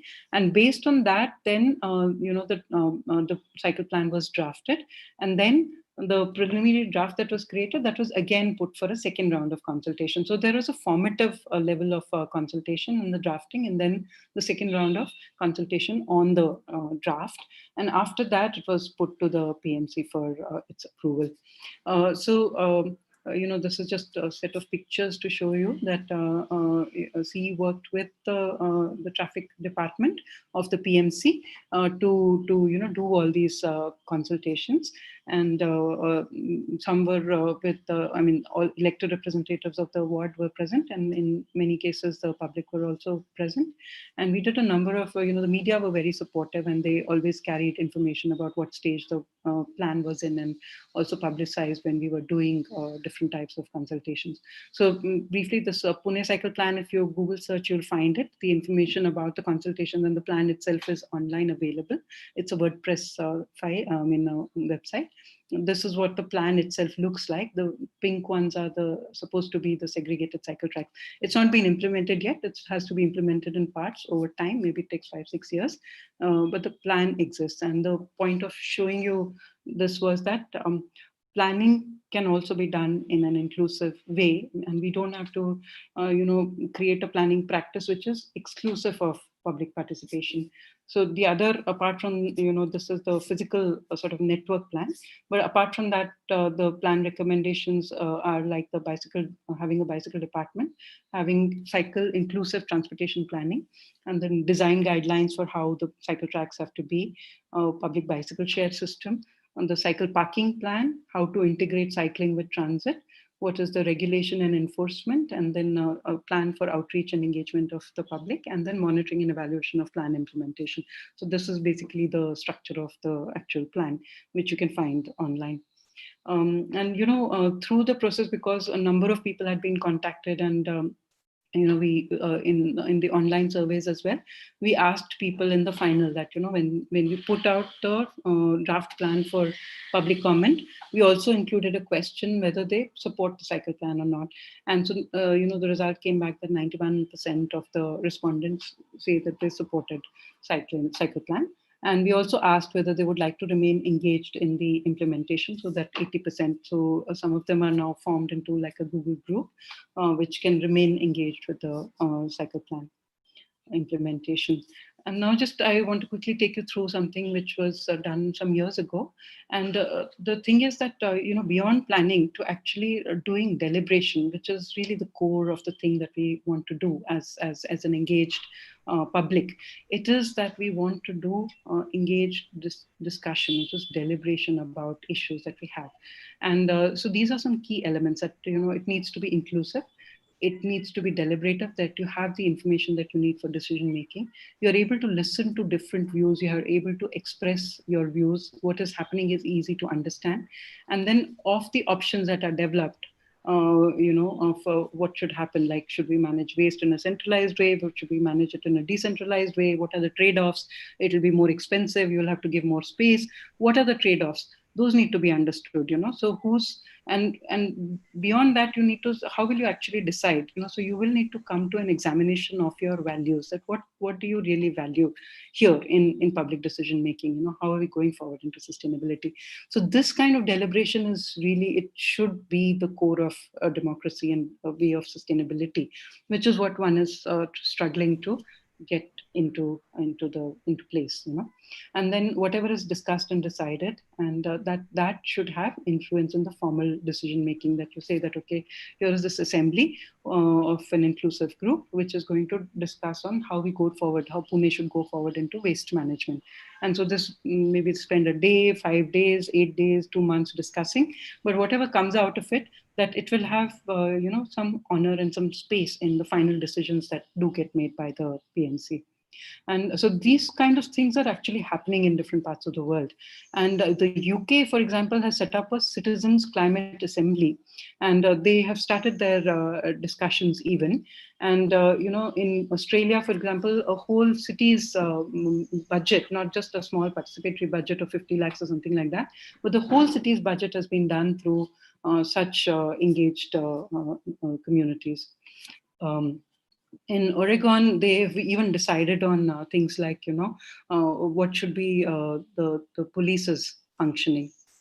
And that's written into the constitution that such deliberative processes will be done. We will assemble people, lay people, not elected representatives, but lay people who change from time to time. Today, 100 people are discussing waste management, another 100. It's like a jury process. It is randomly selected. People assemble, they are given the information, they sit for a few days and they understand what the process is and then discuss and decide. So we tried this in Dattawadi, again with some limited success. And there again, like, the idea was to do this, that every day people come together, they have discussions, and they are able to influence decisions. So this is the core of the process. And yeah. Sanskriti, I will just suggestion, maybe we should be winding this part now soon, because we kept the time till 5 o'clock and we keep some space for QA. questions and that will be really helpful. Yeah. So just I just want to share this last example, that this so this deliberative process is basically brought together these kind of people. But before that, we had to do a number of studies to bring in the information base which the deliberating group needs to do. So it's not just that you assemble people; there is an information base on which people would deliberate. And so it's like you do say traffic studies, etc., and you bring the results to the discussion group. And there it was like a facilitated group, with each of these tables would have 7 or 8 people with a facilitator who's keying in the responses. And so there were like about 60, 70 people in the room of different students were also there, but also people from Dattawadi, different types of people who were discussing. And so these are the questions that were asked about the neighborhood plan of Dattawadi, that what do you want to change, what do you want to keep, what are hotspots, what are the priorities. And this technique called 21st century dialogue was used to be able to collate responses. And then based on what people said, that, some design proposals were made, which again were then, discussed by another deliberating group in a school in Dattawadi in Pune. And they were able to prioritize and say what design proposals they thought were worth taking forward. And then the final the report of the day was actually presented. We in 1 hour we were able to collate what was discussed and print it, and each was given a copy of the discussion itself. And the participant feedback, that it is like a people's parliament, that people felt that they spoke as a citizen of India. And so the thing is that, can we actually enable such processes in our neighborhoods or at the city level? That's the hope that we have, that can we actually do informed, inclusive deliberations? Can we try to do this? And can we learn the skills to do this? And ideally, the government should sponsor it and anchor it. Maybe they're not going to do that because it's such a trial thing. There's fears about, what will people come up with, how will I do it, etc. How will we enable this? But my suggestion is that, civil society groups, we should try and start making these innovations on our own, with the clear view that these are experiments, maybe. But unless we try, unless we learn about civic issues and we learn how to talk to each other and have deliberations together, I think that's absolutely the basis of democracy. For that, we need to gather information. We do need to conduct primary studies. We do need to invite experts. We do need to convene inclusive. We do need to cultivate in ourselves democratic values to be able to do this. And so that's what it is, that we are not saying that deliberative democracy is a substitute for electoral democracy. but that it's a necessary condition for deepening democracy. And also, Arjen Wal sees in the Netherlands, he says that when you do environmental education or education of sustainable development, the aim is not to change behavior that substantively you recycle or you don't eat meat, etc., but to create those values and abilities to do critical engagement, to create these atmospheres and the capacities to engage with the issues of our times. So that to me would be what is active citizenship and way of participating in sustainability. Great. Thank you. So yeah, would be happy to have some discussions if there are. Yes, we should take up now. Thank you very much, Sanskriti. I think it was very insightful also for me personally to see all this very relevant and informative element together in one place, and to give the full comprehensive spectrum of how the community participation practices have been happening and how it is one of the most crucial thing and ability to come together. And some inspiring example and challenges the way you have shared in very detail, for me personally is also very enlightening how these efforts have been made also in different contexts. So I would like our participants now. There is already a question from Facebook. Somebody has posted. Yeah, Somebody, yeah. how Yeah, is I think transparency? I responded to that. I saw the question. So yeah, that it is not transparent just now because we don't know what happens, and you might see it happening. And it's one of the things that needs to be corrected. Many things that need to be corrected. It is that the transparency needs. I wasn't citing it as a best practice, only as a practice which has some potential. So yeah. So I would Um, like to invite the participants now to come up with Yeah, their. some interesting questions and observations also here that the Porto Alegre, and I don't know if the participant from Lara from Brazil is able to, Yes, she is because one of the the question participants. to her, which is from Anushri or to everyone, I don't know, that participatory budgeting in Brazil is cited as a best practice, but what is the reason for the system to weaken? And I don't know if you're able to enable Lara to speak. And it would be nice for me to hear as well that why does it not have the strength, Porto Alegre participatory budgeting, that it used to have earlier. Maybe we can you can unshare this your presentation or screen, Either or chat or speak, whatever. It'd be nice to have that. yes. You stopped presenting? I will stop. Yes, I have this other thing, but yeah. It's already 4:40. Let us take up some questions now. Yeah.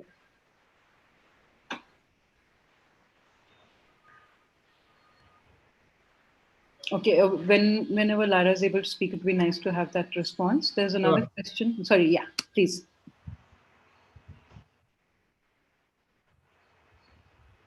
Anybody speaking? No. Okay. Another question is about are we as a country ready for a bottom up approach? How do we gear up towards it? I would say that there's no time like the present because otherwise we are never going to be ready unless we start grappling, unless we start engaging with the difficulties and the challenges of participation. We are not going to learn. And when will we be ready? When 100% education is there? We may not even get 100% education because that itself is going to take a long time without also enabling participatory processes. So I feel that uh, we should start experimenting and we should enable. And if I think it was also discussed in Dr. Bedi's, I saw the video, that higher levels of government and authority are not likely to cede power to lower levels of government or decentralized processes. Then it becomes incumbent upon us to try these things ourselves. So if you feel ready, I would say go for it. You try to do it yourself. You try and gather people around you and start experimenting and start asking and saying that, we need shared power, not power over us or over them. Types. Lara responds that the weakening is due to the political views that influence the support of the program. And uh, so it seems to be that the administration that created it the years maintained the initial vision. Maybe there's a change of people at the helm of power, perhaps in Porto Alegre. Okay. So I'm waiting and encouraging participants from our workshop to pose questions, or they come forward live. They can just unmute themselves. Better to write the name so that we have an order. How can we address the difference in opinions during the public participation process? I think we should be welcoming of differences in opinion, because if everybody was thinking alike, I think we won't. We either things are fine, or that there is some problem there. People would normally have different views, and we should encourage the different perspectives that people bring together, not see it as a problem, but as a phenomenon that it is people bring together their different views and experiences to enrich the joint and common understanding. And we should be welcoming diversity. We should appreciate the different views and visions that people bring together, and then have the opportunity to engage with that vision. You need not agree with everything. You have your view, somebody else has their view, but you should be able to give some reasoning for it. You should be able to understand what other people are bringing. You should be also open to changing your understanding and views, and also be willing to give others the benefit of the reasoning that you have for your view. And finally, allow for an exploration of what underlies that view. It may be information, it may be misinformation, it may be a different set of values, but those values also need to engage with each other. Yeah, and so administrative, we should not think that the administrators are democracy. We are the people. It is our city. The administrator is there to help and enable the processes of decision making and the implementation of decision making. They should not be the decision maker. We are democracy. We are the people. We have to be engaged in decision making. If we have allowed somebody to keep the power, and then we deserve that. And so what we're talking about is that is a system which is only working partially. We need to change that system. We are talking about not being dependent on an administrator to solve our problems. Our problems are of our making, or also of some other people's making. But then, to think that somebody else will solve our problems is keeping us in problems. And that's why we need to change that thinking that an administrator will come and go and we'll lose everything that we were trying to do. We have to create strong processes for ourselves. It's not easy. I am fully aware of that. And that's why of 10 years of work, I have so little to show.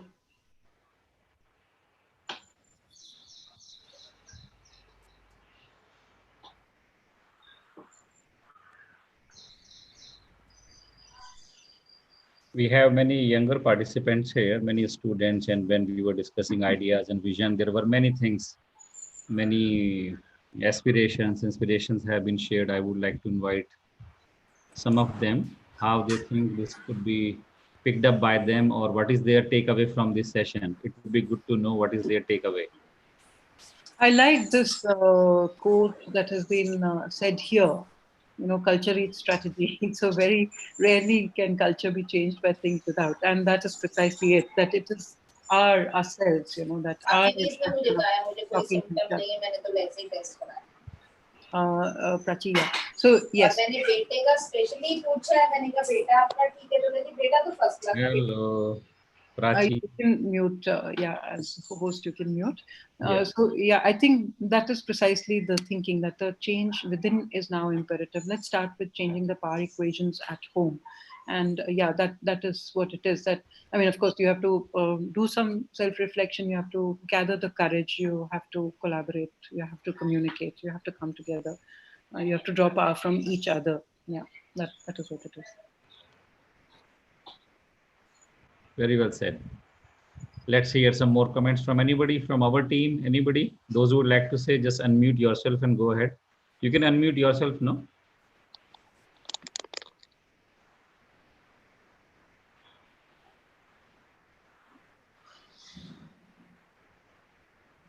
Yeah, that's right, Lara. Appreciate your inputs and insights. Hello. Yes, Prachi. So, ma'am, I have a question. Like, since, Prachi, bit louder, please. ma'am, I have a question that since I am a student, I have just completed my master's. So, is there any opportunity for us students that we can engage in such kind of a platform and discover the ground reality? Yeah, I think so. You know, I mean, usually there would be some citizens groups, etc., that you can work with as well. Uh, I'm not sure who was asking the question, but yeah. So I mean, working with NGOs and civil society groups is one way out, and I think there are also more internship kind of opportunities available. We are ourselves running just like this engaged cities, participation possibility. CE is also running an urban internship program, and we are hoping to help people, really look at mobility issues carefully and develop the evidence, by doing some studies and then talking to different citizens groups, different individuals, different government officials to develop their understanding and their connections and contacts, as well as ways of expression, such as through social media and through writing Mhm. also in the press, to develop the capabilities to act, and also develop their understanding and information base, based on which they can take the steps forward for becoming sort So, of civil society leaders to initiate such changes. so, ma'am, how can we apply? Like you told that CE is also running some Mm. some internship program. So Yeah. how could we apply for such like these kind of programs? Yeah, you can apply through the C website as well, and I think that you already have a good opportunity here in the current work that you're doing with Lalitji in the engaging cities, and I think the idea is for you to try this out, and you have the backing of us mentors and Lalit and his team to be able to take those first steps forward. So I would say make the most of this opportunity itself, and you will, find some ways forward. I'm sure of it. Thank you so much, ma'am.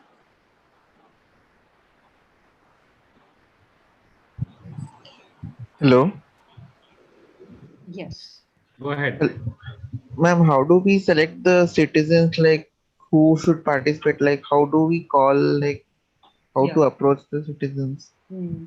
Yeah, so in the one of the latest ones that we did, in there was some research involved.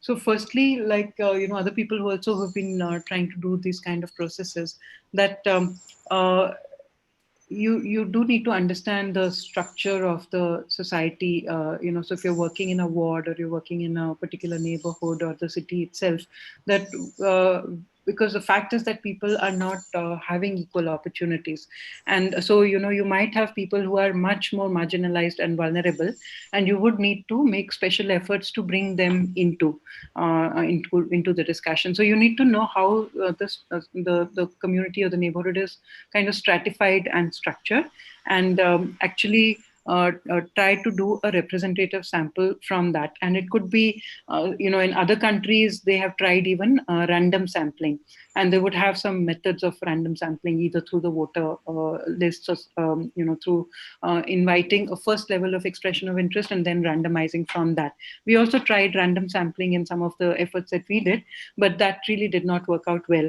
And so we, when in the last one that we did in Aund itself, so we had, through our team of student interns and volunteers, we had actually interviewed about 50, 70 people. I mean, the students had interviewed, and we had invited from that group, as well as then through the residents associations and through the hawkers and vendors association, auto rickshaw association, the waste collectors association, various informal sector groups. We invited representation from them, so that we had a balanced, representative demographic group of elderly people, young people, male, female, more marginalized and more well-to-do kind of people. So you have to do it quite carefully so that you have a good representative and not a skewed set of people in the discussion room. There are some questions here. One is from Siddhi Soni. Can you see that? Yeah. Shall I Why read? do you think people do not participate? Due to lack of awareness or because of their attitude of accepting? I think it could be a mix, and maybe people have different reasons for not participating. One is just the lack of faith. What will my participation yield? And it takes a lot of effort that I'm going to spend like my Saturday and Sunday doing this, and then what will be the result? Because they've never seen anything great happen because of their participation. So that becomes a very disadvantage, discouraging sort of a phenomenon. The other is that, like uh, you're right in the sense that maybe there is another question here, which is saying that, we are brought up in a sort of very militaristic sense that, you have rules and syllabus and marks and you have to abide by those. And then, somebody else is the karta datta, you just follow. And you get used to that idea. And I think then it's really this, what shall I say, a sort of a call that things can be different and better, a sort of a sense of connection and hope that one can, and not unreasonable hope, but to say that we could do things differently, and you try maybe in a small way. You start generating some energy there. Maybe people join in, and we go forward. We are really at that stage because it's not going to come like a top down thing that now we have changed the rules for everybody and you now become like a participatory democracy, full sense. It's not going to happen because it will need to be created and generated from within and bottom up.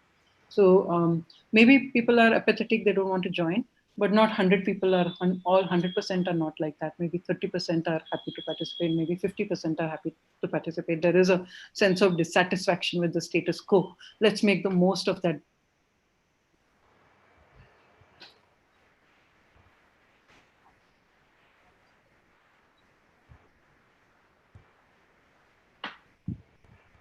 Thanks. I'm really happy to know that Sushant School has been doing community participation.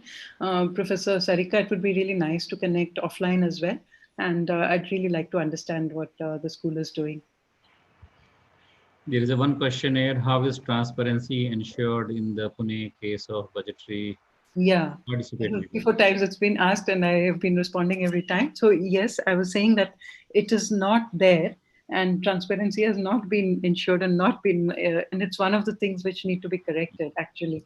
And so there is success in Pune participatory budget of a certain sense, but not a full sense. There's a lot of things which are not okay with it, and that was why we did the review and suggested that we need to do things differently in Pune participatory budget. And there is this one interesting suggestion from Neil, who is saying to come out of WhatsApp and television debates Absolutely, absolutely. And and reclaim our streets. the real scene. Lalit, do you have just maybe 5 minutes to just show the possibilities for mobility? And I think maybe you need a separate session on So mobility if it's at all possible to why don't we engage again. Yeah. why don't we play the participatory game? We ask people how long can they go, and would they like to see some more of sustainable urban mobility work in which she has been engaged. People can give comment here, and accordingly we can just act. Let's see what is. It's not a lot of, maybe it just takes Not 10, sure. 15 No, minutes. Yeah. I'm just seeing if Yeah. there Yeah. is some response, because participation also happens when there is some response, and I'm seeing Sure. today. I mean, more encouraging response would be also good. Okay, there are some people maybe who are happy to stay on 10, 15 minutes. Yeah. So if you permit, Lalit, I can quickly start sharing. It's not a case study or anything that I'm going to share. It's just some Sure. ideas for projects, because I really would actually have liked a whole discussion on sustainable mobility, urban mobility. Maybe if Lalit at some stage you can organize that, or maybe a panel discussion, because there are quite a few interested and engaged people in the colleagues here. But I'll just share some project ideas that, my other favorite one is participatory governance, the other is sustainable mobility. And So car-centric planning is what we often see in our cities, and what we need to shift to is something which is people and public transport centered planning. This is also something that we see in the National Urban Transport Policy, and that also that we don't just see streets as places for mobility, but really as public spaces in the Indian urban context, because a lot of things happen. And even this is a very mechanical sort of a drawing, but at least to illustrate that we are looking at a sort of paradigm shift between how a road space is occupied or street space is occupied and used. So I just wanted to bring to your notice that there are some great opportunities, good opportunities coming up now to contribute to sustainable mobility. The Ministry of Housing has issued an advisory for measures to be taken in the light of COVID-19 to improve walking and cycling facilities and for improved public transport. And what I wanted to say was that, for if you're taking up small projects in your neighborhood, around you, in your cities as part of the Engaging Cities engagement, then I would really urge you to do something and start studying the walk cycle facilities, and you could conduct an assessment. And if the facilities are in good shape, that's great. But if they're not, then you can start, doing maybe some joint assessments. Maybe you do a detailed observation and you write a letter and submit it along with your report to the municipal authorities, and also enclose that advisory, which is saying that cities are expected to do the repair works. You can also talk to journalists about your finding and say that in COVID times we need COVID safe modes of mobility, and the city must do it. I've done an assessment. I find that the walking cycling facilities are not safe, and it's really important that as a way of economic recovery, that people can get to work safely and can go about their business safely, that walking, cycling and public transport is actually made better. And I mean, there is a format for how to do the walkability assessment, which I've shared with Lalit. You can take a look at it, and you can also tweak it. It's not like a prescriptive one. You can change it if you think some other format is going to work for you better. But the suggestion is that you select a piece of main road, a stretch of main road, and you can check for the is there a footpath even there or not there, and if it's there, then what it's like. Is it really walkable or not? Are people walking on it, or people are all walking on the carriageway and not on the footpath because it's not walkable at all? It's full of garbage, or it's broken, or it's too high, or it's an uneven surface, whatever. So is it okay for young people? Is it okay for elderly people or people with disabilities? People are carrying their months ration or weeks ration, and then they're trying to walk on it and it's very difficult to walk. Then that's not really such a conducive environment. Then often you might find that even if a footpath is there, there is no crossing, or the crossing is there but it ends in a divider, and it's not easy to cross at all. And now it's a little strange sort of a situation, because there's not a lot of traffic on the road, so you might be lulled into thinking it's like not much traffic, let me walk, but it's actually an invitation to speeding vehicles. And so what's the condition like? I think study that and draw attention of the municipality and media and journalists, and also your own social media, to start speaking about these issues, that we need a safer environment and a better conducive environment for COVID safe mobility. Similarly, cycling. If you're a cyclist, great. I'm also a cyclist myself, and if you're new and you want to do like an assessment or something like that, then you could talk to cycling shops. I believe that many cycling shops are, seeing a resurgence of sales in the city of cycles. And so you could also look at the census 2011 numbers. There is a worksheet on work trips data, where you can see what was the extent of cycling in your city or district for work trips by cycle. And so that can give you, like, is it 3% mode share of cycling, or 15%, who's cycling to what distance, etc. What's the character of cycling in your city? You could do like a photo essay, because what happens is that, often in our experience, and not just Pune, in other cities as well, that you start speaking about cycling, people will come back and say, so who's cycling? Is cycling really happening? Because the cyclist seems to be invisible. You can see big cars, but the cyclist is never visible, and so you want to make the cyclist visible. And so that's why that you see the various forms of expression of maybe taking photos, maybe doing narratives, doctor stories, ask women cyclists what is what is their experience of cycling. And there's a live campaign that we have just initiated. I forgot to mention, I'm also part of this network called the SUMNet, Sustainable Urban Mobility Network. If you Google it, you'll find it. It's also on Facebook and Twitter. And we're just launching this Lakh Ko Pachas. What is Lakh Ko Pachas? Lakh is lakh, and 50 is the number of buses per lakh population that cities should have. And often we have like 10 buses per lakh population, maybe 30 buses per lakh population, 15 buses per lakh population, not at all adequate for the size of city that the public buses are running in. And often many cities don't even have any public bus systems. So we are running this campaign to draw attention to the need for the public bus in our lives. And also that, getting a good bus system is also critical for now this post-lockdown economic recovery. They need to be safe, sanitized, and they need to be in adequate quantity so people can get to work without having to spend a lot of money in their own 80, 90 rupees liter. Fuel costs now, cabs are extremely expensive, rickshaws are also expensive. Bus was the system that is affordable, it can get you safely to some place, but we need adequate number of buses. But we want these video stories, if you can help, and you can speak about it yourself, that what is the condition of the public bus in your city, and if you wanted it better, how should it be. And you could look at the Sumnet Facebook and Twitter handles, and I've also shared the guideline for how these video stories could be done, and you could join in the voices. You could record your own voice, or you could record other people that you see around you who use the public bus and contribute to this campaign. And I'll be sharing this PPT. I have shared this with Lalit.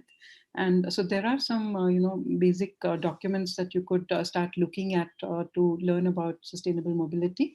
There's a lot of material on the internet. And if you'd like to connect on sustainable mobility on any of these campaigns, do connect. And, just some pictures here of, so Sumnet had done a calendar called the Cycle Wale calendar. So, similar stories would be there around you of cyclists, you as a cyclist yourself, if you are, your own story, or of various types of people who cycle in your city, who make the economy work and keep ticking. These are important stories. Let's make the cyclists visible. And if you'd like to get in touch with me, I'm available. I'm quite easy to find on the internet. So do mail me. It'd be a pleasure to continue the conversation.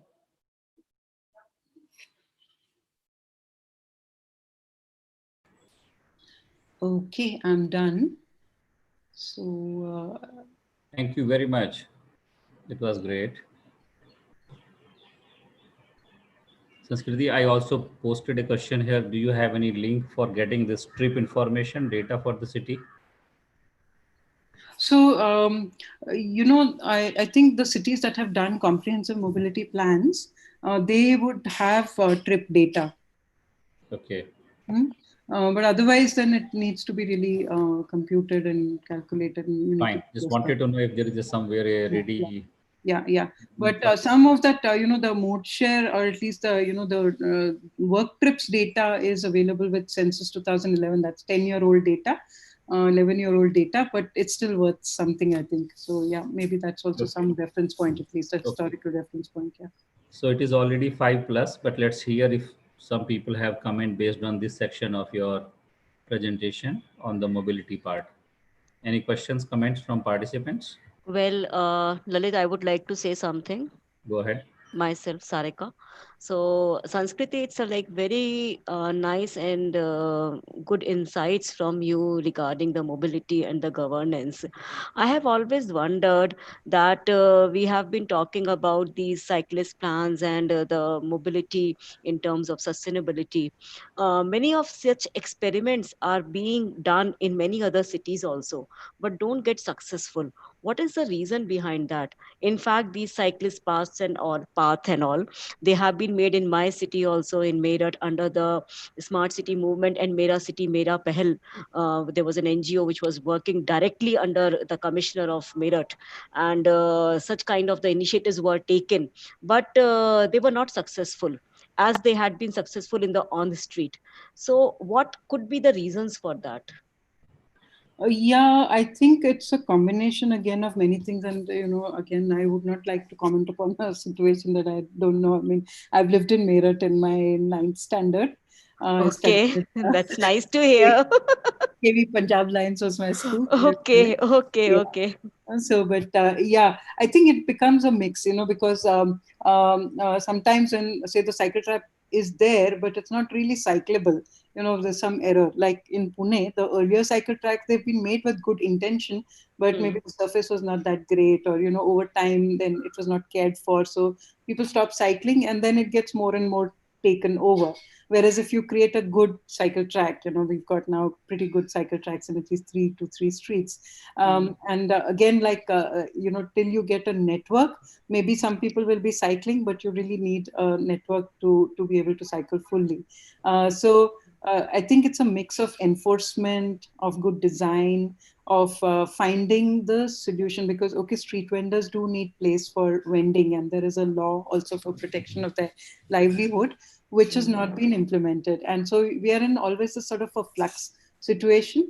And I think it would be really nice to stay engaged with the issues, because it's city is such a dynamic creature. We are every day the situation is changing, and especially now it is such a flux of situation that we really need to stay. It's not like एक दिन हमने participation किया और उसके बाद नहीं किया, ऐसा नहीं होता है. It's, Hmm. I think it's the lifeblood of our daily life. It's what we are part of the city, not just for work and for home, but in as a public, we have a public role as well. So I guess we'll need to stay engaged, and we'll need to make time for that as well. Right. And Yeah. how do you see a change in the terms of mobility in public transport and the private transport in such kind of a times when people are not using the public transport? Yeah, and I think that's really the nub of the issue, that we to go back to work in a safe way. And we probably see processes of lockdown and opening up, as they, I don't know what the future holds for the, the disease itself, for the infections itself. But as we see that people have to go back to work, and as we know that for longer distance, you can't really walk and cycle. And unless you have a good flexible public transport or a shared transport system, it's absolutely a need. For years we have been starved of good public transport systems, and now we should really urge the government, both city, state, and central government, to put in the money for public transport and use it as a stimulus package. If you put in money into bus rather than, say, car, for example, why give a bailout to cars? Give a bailout, give a support to the public transport system, make it robust now, so people will be able to reach their work safely and in an affordable way. That will kickstart back the economy.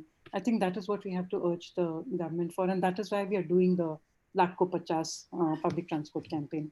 So it would be great to have more voices saying this in their own way for their own cities.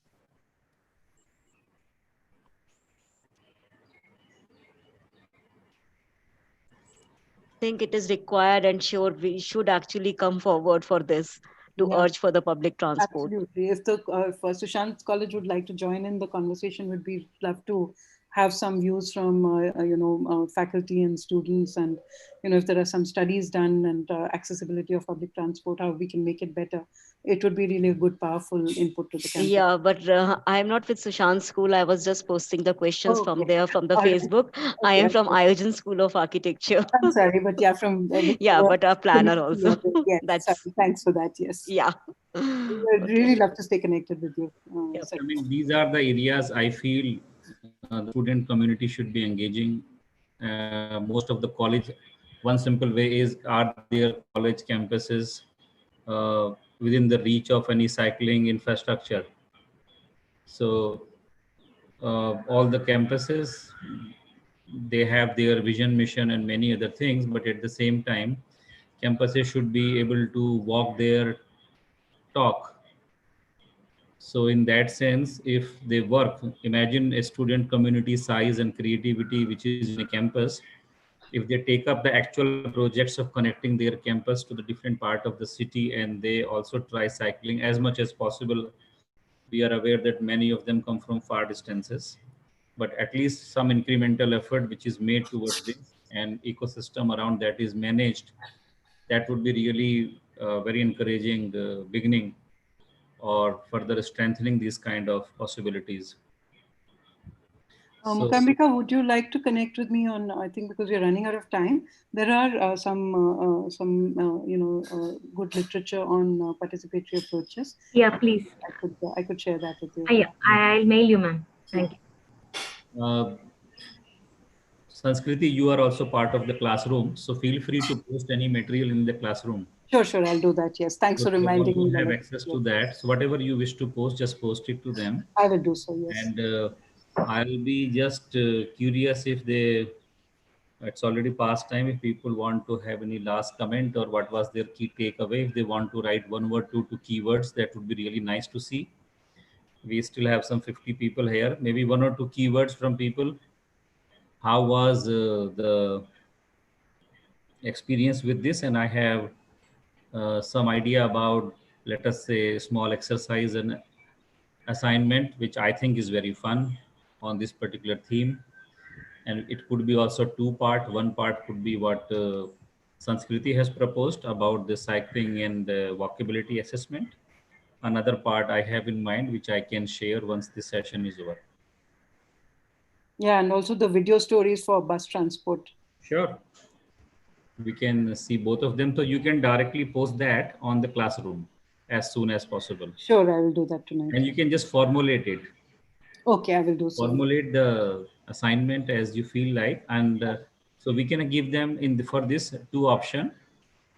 And if people are not posting comment, I'm still waiting. If they can share some of the takeaways from this session, that would be really nice. So people, could you write something about what has been your takeaway from this session? What is a new insight for you? That would be really good to see.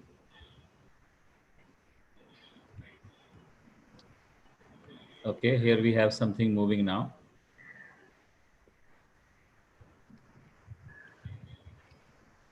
Samiksha. Neil is writing. So we have a local economy boost. Neil is going to buy a cycle. So some of you can also be in the cycling business now, I guess.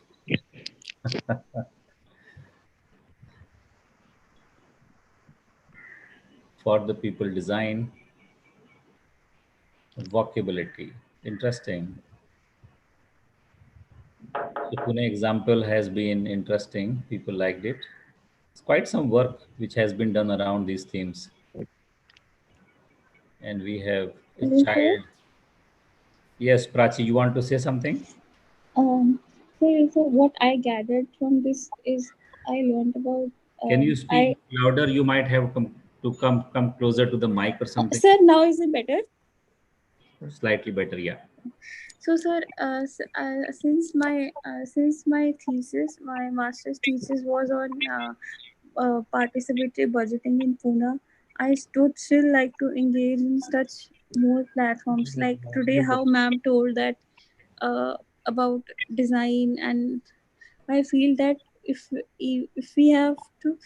If we have people's design, it should be by the people. We should be the participants in order to in order to create a platform from for ourselves, and we should be the ones who should be also a part and be accountable in giving our suggestions.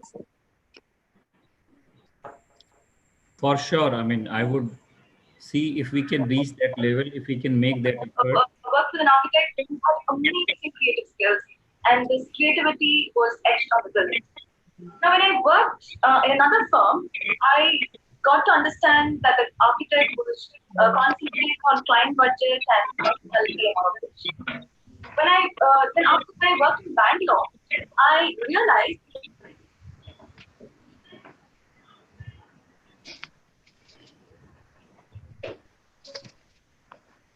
Has it ended the comment? I'm not very sure if it is ended fully.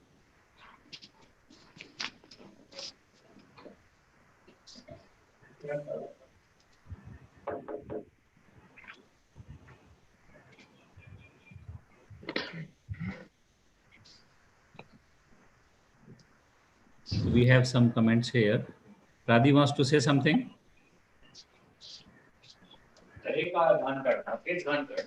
We have these two mics on. Or do they want to say, or why mics are on?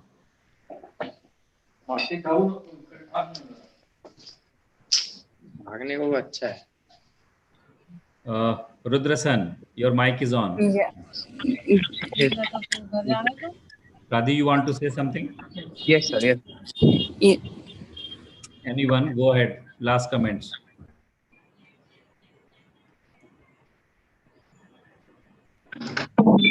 Sir, one thing I'd really like to say is that me being a resident of Pune, I really feel that what ma'am said, that the amount of time that will require, to just get a community mindset, that yes, community values, community, the thoughts of the community or the opinions of the community do matter, is a tough process. And I realize that it's going to take time, but it is worth it to invest in such systems so that the community slowly but surely does gain a small amount of belief that yes, they too can shape up their cities in a much more engaging way, which I believe is the what needs to be done and which is not done in many ways. Great. Very happy to hear your insights and understanding about this. Thank you, sir. So, Sanskriti, you have many thank yous. No, thank you all for your patient hearing. And, we'll interact on the Google Classroom as well, and I hope we can do some fun assignments together as well. So yeah, the main thing is assignments are just way to kind of stimulate some action. What we are looking is a real engagement in the field with our lives and our surroundings. Well said. And today's session has given a very good insight, very comprehensive also, and it also established a kind of an understanding how much energy we need to put in order to bring the change which we all want to bring. So without taking much time, and even before I end, I can share the exercise which is in my mind now, and then we can take it up more later in terms of word formulation in the classroom. But it's very simple. What came to me when Sanskriti was explaining, so this came to my mind, and I'll share. So this is the one part of exercise and assignment. So all of you, you organize and facilitate a meeting. Okay, choose the topic, choose the theme, choose the area, find out the stakeholders. That is up to you. It could be either your family, it could be any other people in your neighborhood, your friends, if you want to talk to them about campus sustainability, any improvement. So I would suggest all the participants to take the lead, organize a meeting. That is a part of the assignment. Fix some kind of agenda, see if you need any kind of preparatory work for it, write to them. So just have an experience of organizing a meeting towards a cause and make notes about this, what all has happened in this process and how you have tried to achieve or reach or work towards some kind of consensus building. How does it sound? You choose the topic which is dear to your heart. Excellent, Lalit. That's a very good assignment. Fine. Good. So you all have something in your mind and a heart. You are anyway working. So I would like you to take up, this is the part of assignment between now and you have tonight, whole evening, tomorrow full day. And I will be posting more comments about the time, deadline, and the reporting format. But task is already explained. It is very simple, very clear. Choose the topic dear to you, organize, get the people, find out. They could be from your comfort zone friendly circle. They could be, actually, ideally, they should not be from your comfort zone friendly circle. And they should be from diverse background. You might have to search something on the net. You call some of them. But the assignment is you are hosting a meeting, online meeting. There are tools available, whether it is Google Meet or many other platforms. You organize a meeting and I will be sending a form on which you will be reporting about this. How was your experience? Fine. Any quick comments about this? Anybody wants to say something, ask something, or write? So this is the topic you will choose. Hina, it is all up to you. It should come from you. Topic which you like. You might be concerned about something. You might have an idea. So you find out the people, those who may be interested, or you think they should be part of this decision making. Or we are making an effort. With this purpose of this meeting is, which you will organize yourself, each one of you, that how to work towards consensus building and what kind of information, material, facilitation skills may be needed.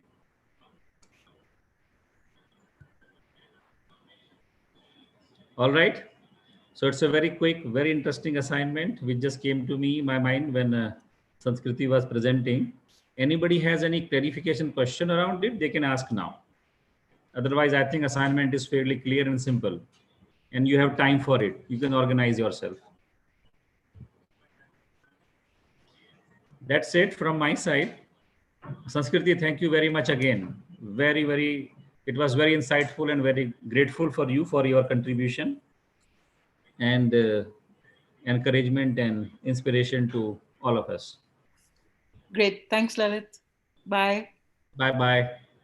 Bye, everyone. Thank you. Thank you, sir. Thank you.